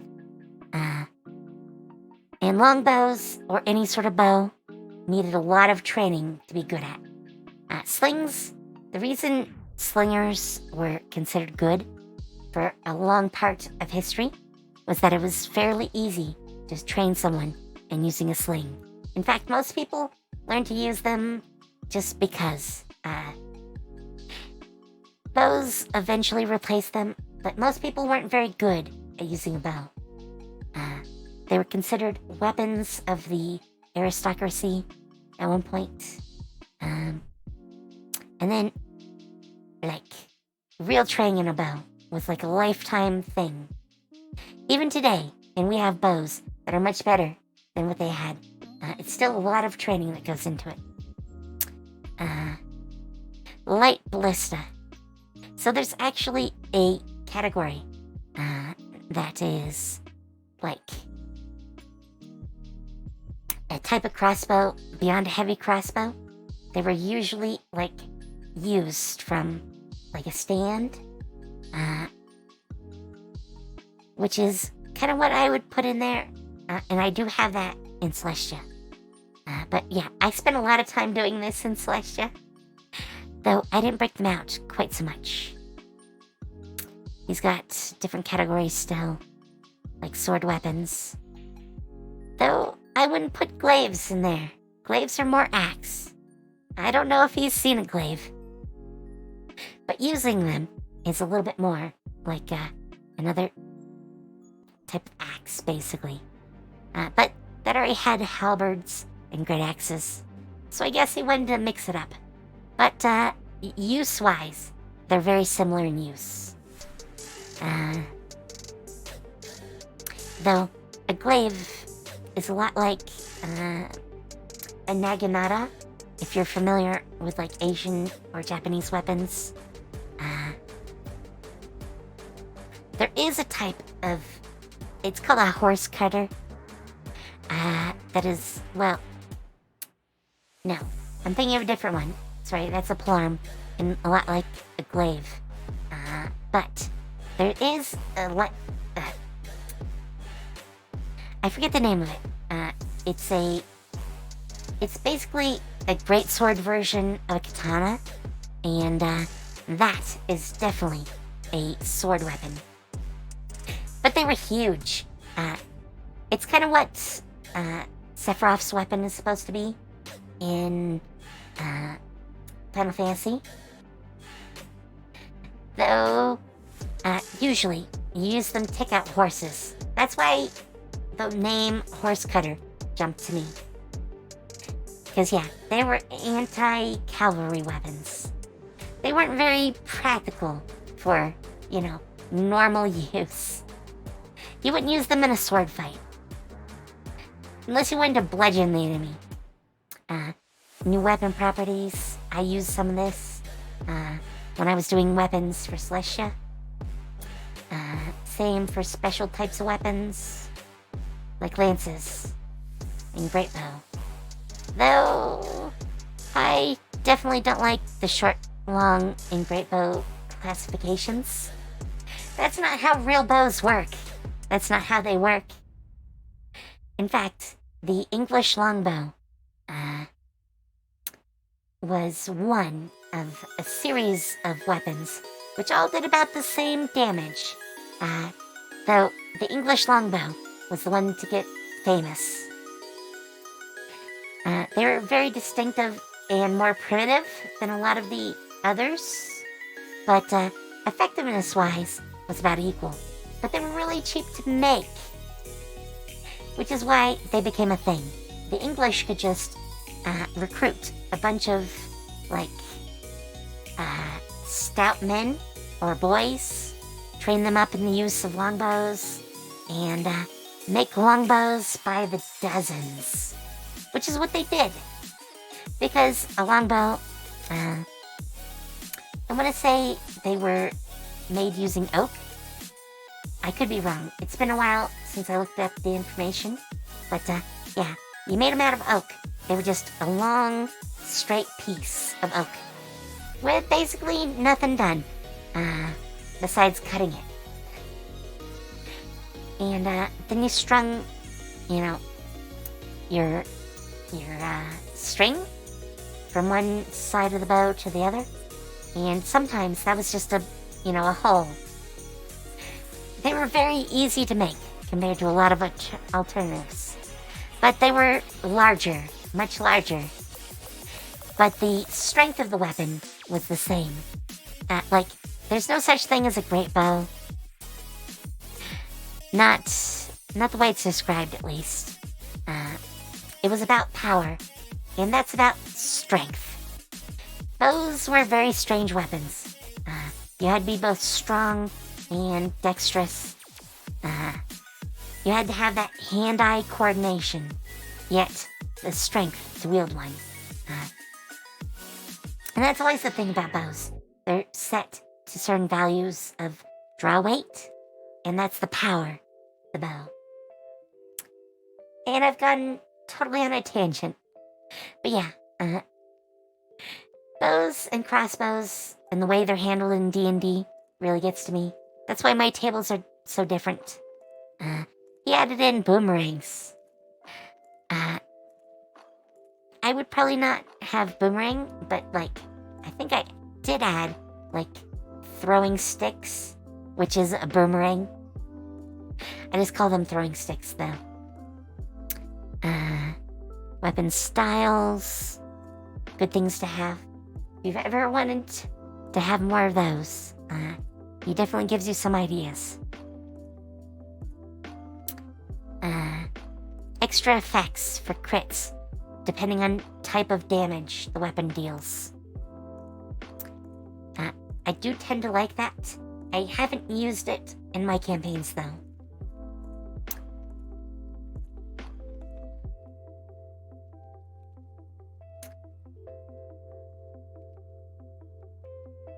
So, guard points.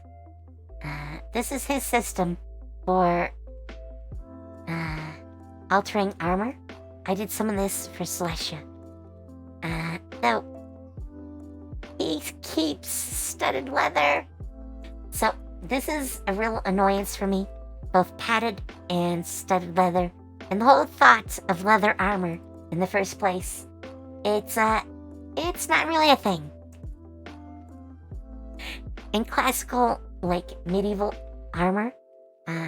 Padded armor is more a gambeson, though there is different types, like arming shirts are a type of gambeson. In fact, I'll hop over to my list. Actually, let me get rid of that. Somewhere here. So, yeah. I actually made my own tables for armor when I was doing Celestia. So, I had padded jacks, which are basically like a double strength gambeson. Hardened leather armor is in there, mostly because of the Romans.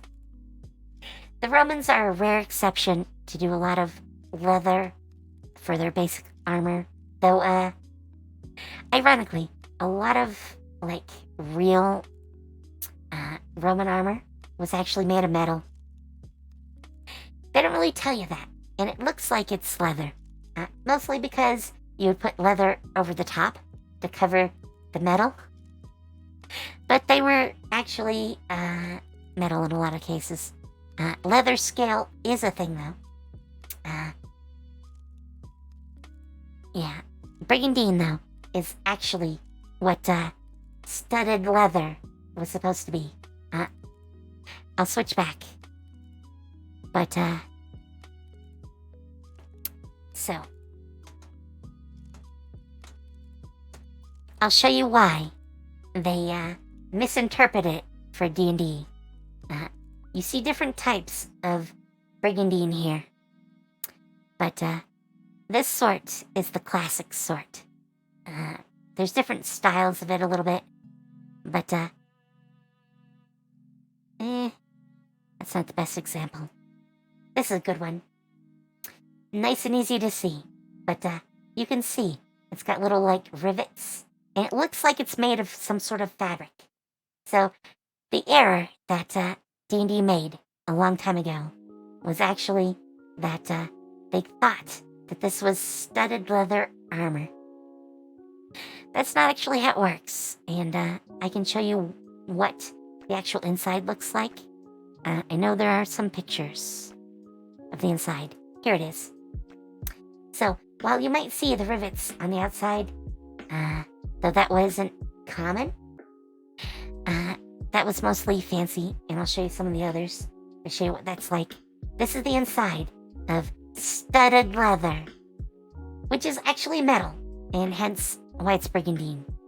But they're kind of like scales, and why it's heavily related to scale armor, which is what you see down here, because that's definitely scale armor.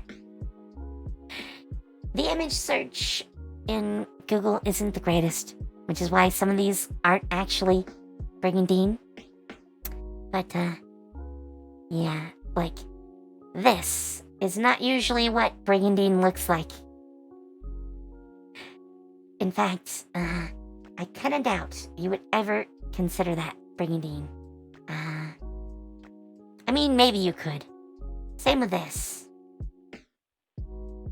I mean, probably it is brigandine by the terms, but the whole idea is that brigandine has padding on the outside so it can look more like clothing.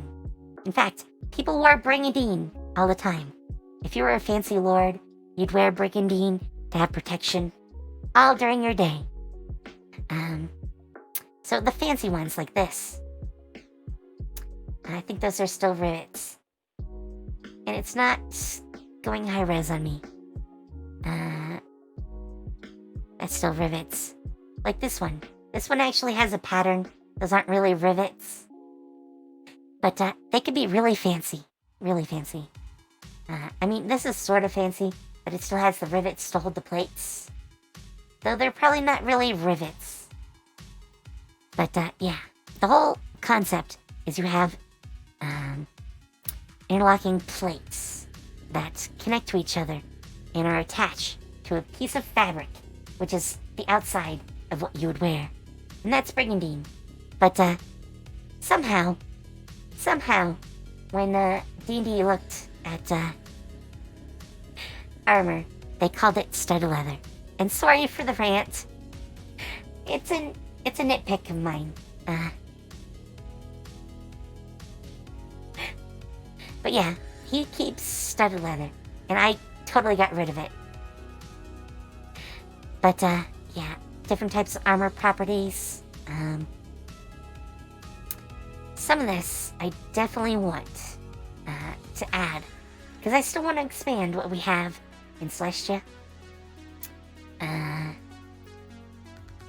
But yeah, I took a lot of things that he seems to use here from about the same time. But yeah. Even the strength checks, definitely things I took. I want to add some of the categories he has though. I haven't really done those yet, like pocketed or quick release. Or weighted.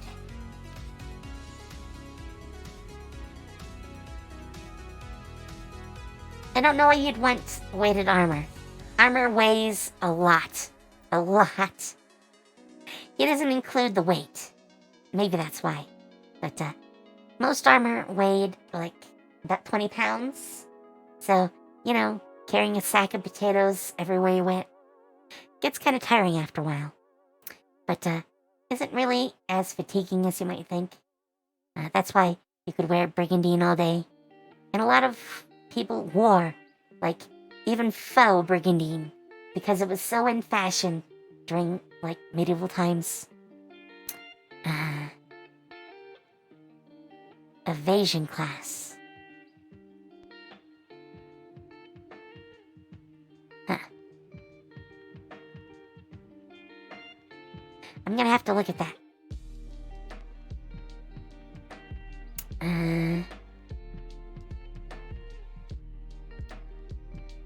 Yeah, armor reduction though. This is definitely what my AR system is supposed to be.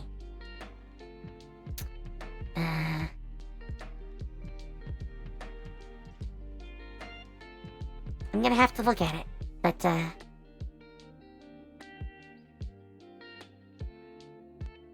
I'm gonna have to look at that more.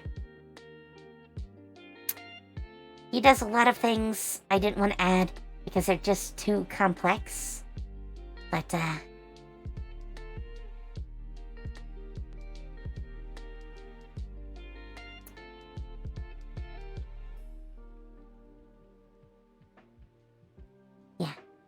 I'm gonna have to look at those. I definitely use an AR system. So, you have a lot of glancing blows. And, that's what he starts to talk about here. Mostly, that's used by barbarians in my setting, because they use heavy armor. Instead of being unarmored, like they are in, like, base D&D, they are very tanky. Very tanky. In fact, they're usually the most tanky of characters. They're... So, real berserkers, the type you would see in, like, Nordic legends, wore massive armor, were huge buff guys, and would just go batshit crazy, for lack of a better term, during combat. You would send them in first to soften up the enemy. And probably kill everyone. But it was actually a thing. And barbarians in my setting and are more about that type. The berserker type. Hence the rage system. So, I like that definitely. Smoother damage curve. Yeah, this is something that I was trying to do with my system. In enabling the warrior fantasy. Yeah, definitely some things I want to look into more myself. See what else he added. Ooh, a shield system.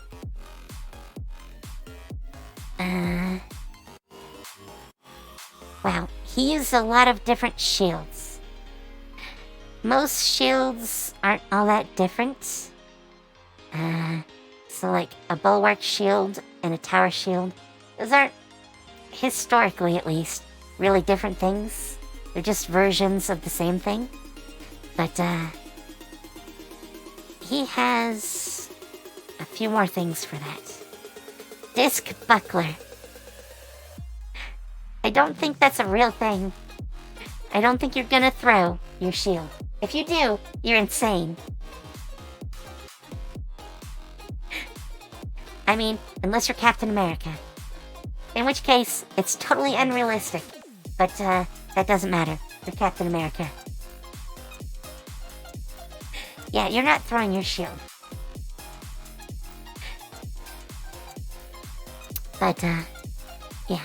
This is definitely something to look at, too. Very good ideas.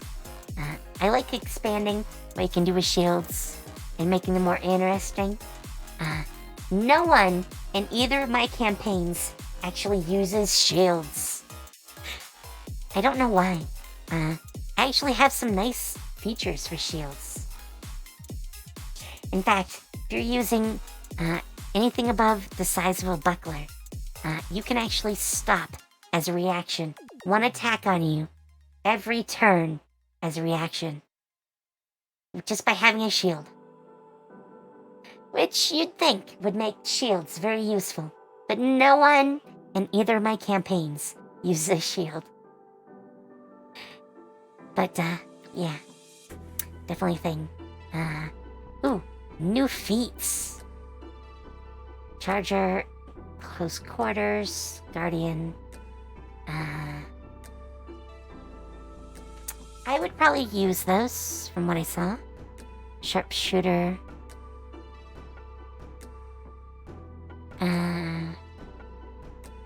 It's definitely a version of what is in the rulebooks now. Ooh, Great Weapon Master. An alteration of that. I'll definitely have to look at these. Definitely. Oh, a new Sentinel feat.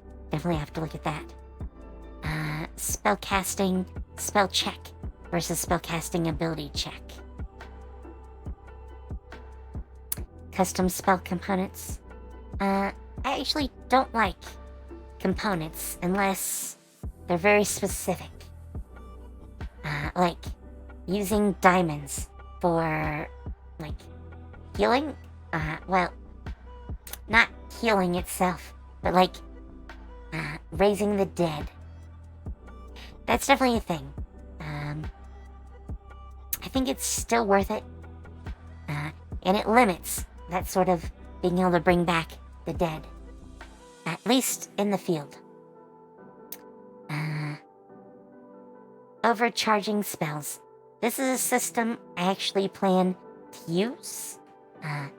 It's a part of why Constitution is such a critical thing. Counterspell. Counterspell is a big thing in Celestia. Mostly because all of my sorcerers and sorceresses actually get innate counterspell. So they can spend sorcery points to use counterspell. It's at like 5th level, I believe. When you would usually be able to get counterspell. But it replaces the counterspell itself.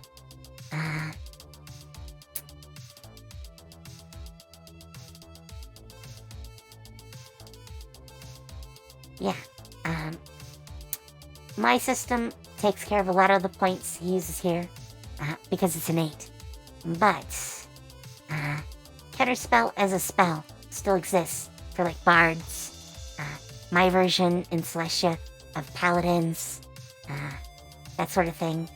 And it's meant to be, like, the low-cost budget solution, because you can't actually do it the normal way, which is the innate way of the sorcerer. Though wizards don't get it either. Not innately. They get another version. It's not quite counterspell. But it's one of the differences between sorcerers and wizards in the setting. They have a different way to handle it. he made a new version of Counterspell. Well, that's interesting. Definitely. Spell duels. Spell duels, I definitely want to be a thing. You'll see some of that in my Arcane Academy setting. Not currently using it, though. Because it just hasn't come up yet. They've been doing some duels, but they're more conventional duels. I definitely want to look more at this. And definitely something I would like to add in. I don't want to look at mass combat. So we're gonna kind of skip through that. I don't really like mass combat in D&D. Though, you never know. I might do something with mass combat at some point. But like, being part of an army feels wrong as part of D&D. I know the actual roleplay comes from, like, the, I don't want to put it. The battle figure sets. The ones that have, like, the little figures, and you move them around on, like, terrain. Without the hardcore rolls, at least originally. But yeah, it comes from that set. But, it's meant to be the other part of it, and this feels like going back to that. And this is a lot of details on mass combat. Maybe I'll look at it at some point. But wow, legendary actions and lair actions as part of mass combat. Wow.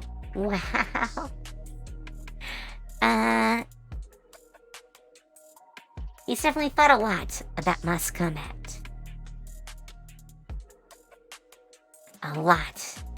Even different creatures and how you use them in mass combat. In classes. Wow. Death and resurrection. Mental and physical stress. So that's actually a good system. Not quite exhaustion, but I could treat it kind of like exhaustion. I definitely want to redo the exhaustion system. Save or no save.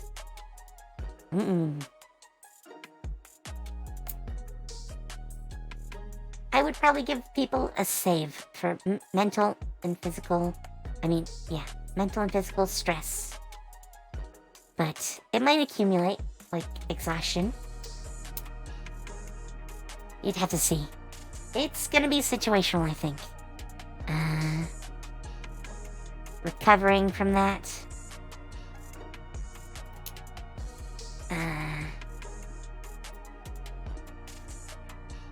Wow. You could actually have people affected by, like, mental conditions. That could be interesting. You're schizophrenic or compulsive. Because you've gone through so much. I probably wouldn't do that outside of, like, Eldritch Horror. So if the players ever encountered an Eldritch Horror, I would probably, start worrying about this sort of thing. I have done some situations that are definitely horrific, and definitely worth thinking about that sort of thing. Ooh, lingering injuries. So, this is actually something I like in Fate. You don't have a lot of hit points, or the equivalent in Fate. So, you take injuries. Major injuries or minor injuries to offset your damage. So instead of taking, like, 5 damage, which would kill you, you take, like, a big injury, like a broken bone or a dislocated, well, I think dislocated joints are minor injuries. It's been a while. I'd have to look up what the differences are. But permanent wounds definitely are big ones. So, like if your arm got cut off, that would definitely be in the big category. But it would keep you from dying from the hit. And that's how they do the system. Bringing that sort of thing into D&D is interesting to me. But there are so many ways in D&D to like regrow a limb or things like that. And losing a limb is just such a penalty. Such a penalty. So, yeah, I could see definite reasons why to use this. I'm not sure if I would or not. Madness and terror. We're back to that mental stress again. And death saves. Death save modifications. I mean, I definitely do one in Celestia. Heroic stabilization.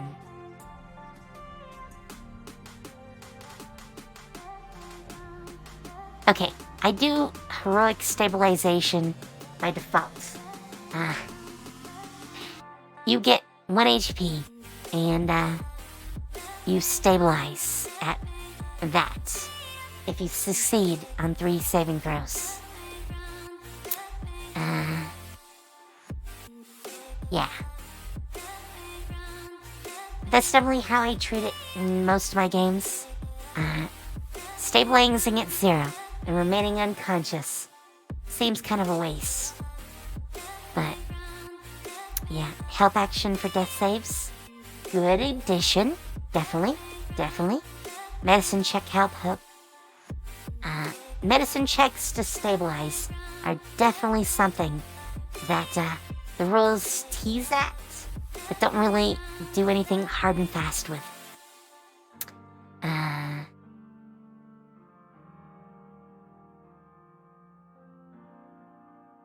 I would probably do a sliding bar for success. Like, you might stabilize them if you get higher than a 10, but they're still unconscious. And if you get a 15 or higher, then maybe they instantly come back to 1 HP. And if you have a failure, nothing really bad happens. I mean, they just fail a death save. Because I would insist that it's still a death save. But maybe that's just me. Maybe you want to do it differently. There's definitely a lot of stuff about that. Auto death saves. Yeah, this is about taking damage and automatically failing a death save.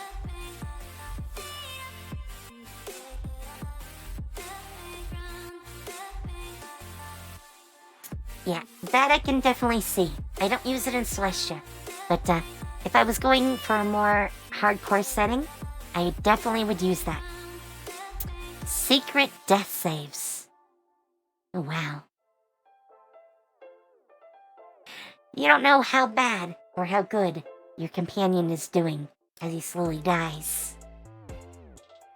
I can see that being a thing. Permanent death saves. Oh, wow. Your death saves keep with you. I could see it until like a short rest or a long rest. Though, that is so dangerous. Because you just die after 3. Maybe if you take a short rest, you lose 1 death save, and on a full rest, you recover all your death saves. I could see you doing that. Yep. Poison and death saves. Scaling death saves. Oh wow.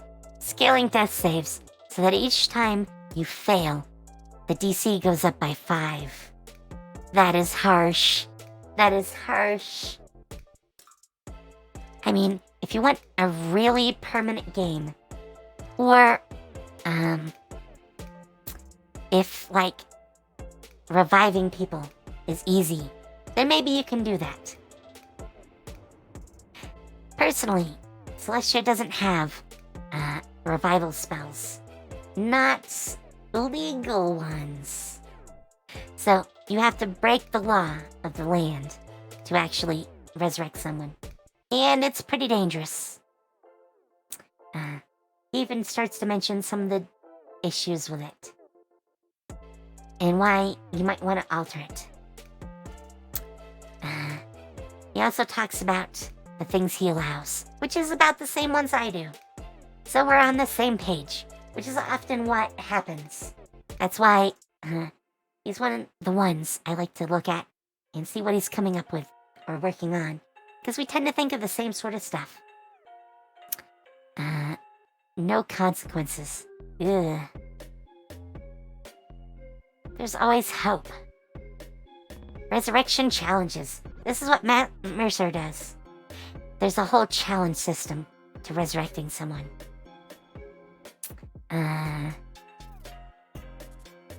If I was gonna have resurrection as the actual... Well, I'll kind of show you. Just so you have an example. Resurrection is a level 6 spell in Celestia. And it's only an attempt to call back the soul into the body. It requires a lot of consumables. It's a ritual, so it takes an entire hour to cast. There's saves to make.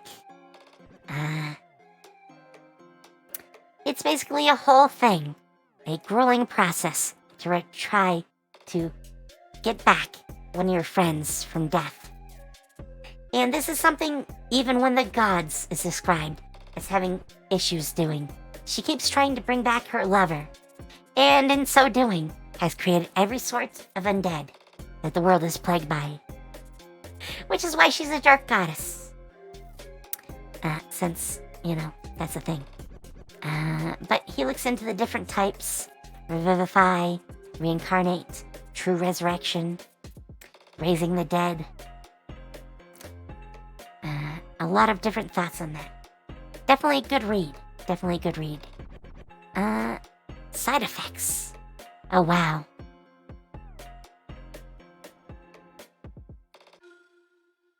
Ugh. I kind of like this. A character is resurrected, but with a condition. This can be anything, and heavily depends on how they were resurrected. Was a warlock's evil patron involved, and now they have to take a level in warlock on their next level up to follow the pact they made. I could definitely see that. I mean, I have what's called a transformation system in Celestia. You slowly lose your humanity if you do certain things. Coming back from resurrection might have you losing your humanity. And maybe you come back in some slightly altered form. I know I have transformations up. So these are different types of transformations. This would be like if you actually succeeded at resurrecting someone in Celestia. I could see you joining the ranks of one of these transformations. Some of them probably not. You're probably not becoming a lich, since if this is resurrection, obviously you're not undead. You're also not a death knight, because that is also a type of undead. But maybe you found out you have dragon blood, and it's causing you to slowly creep back into the dragon portion of your genetics. Or maybe you were brought back by an aberrant horror that has transformed your body to make it a vessel for its power. I could see that. Bloodcaster, not a good option. That's about something that people do. Basically on their own. Maybe Fiend? Maybe a Fiend brought you back. You've made a pact, or at least your allies did, in your name. And that is how your soul comes back. The entire party might owe the Fiend something. But you're the one that suffers from the transformation. But, that could definitely be an interesting thing. Like, so, transformation requirements are a thing with transformations. So, like, maybe you have to do certain acts to develop in whatever stage. But maybe you have to help your friends do the bidding of a fiend because he brought you back. So, maybe, maybe, just maybe, as you do these tasks for the fiend, this increases your transformation requirements, even though you don't mean to become a fiend yourself. But maybe they develop you on your path. I haven't finished these, mostly because no one's used them yet. One person might be on his way. Might. Shadows, not vampire. Unless you used a vampire to resurrect yourself. In which case, you're coming back undead. And that might be a thing too. Maybe it's not true resurrection, and they bring you back as an undead. But you start more or less human. But you became a Death Knight, or a Lich, or, a vampire was involved in bringing you back. I could totally see that. And that's pretty much why there is that system in Celestia.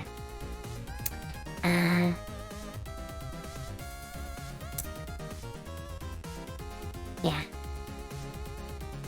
I do like that there's an entire table of possible consequences, and you could just have to roll on it. I kind of like that. It's neat. Then we have the glossary. So I think we're at the end of the book. And yeah, there's a license here.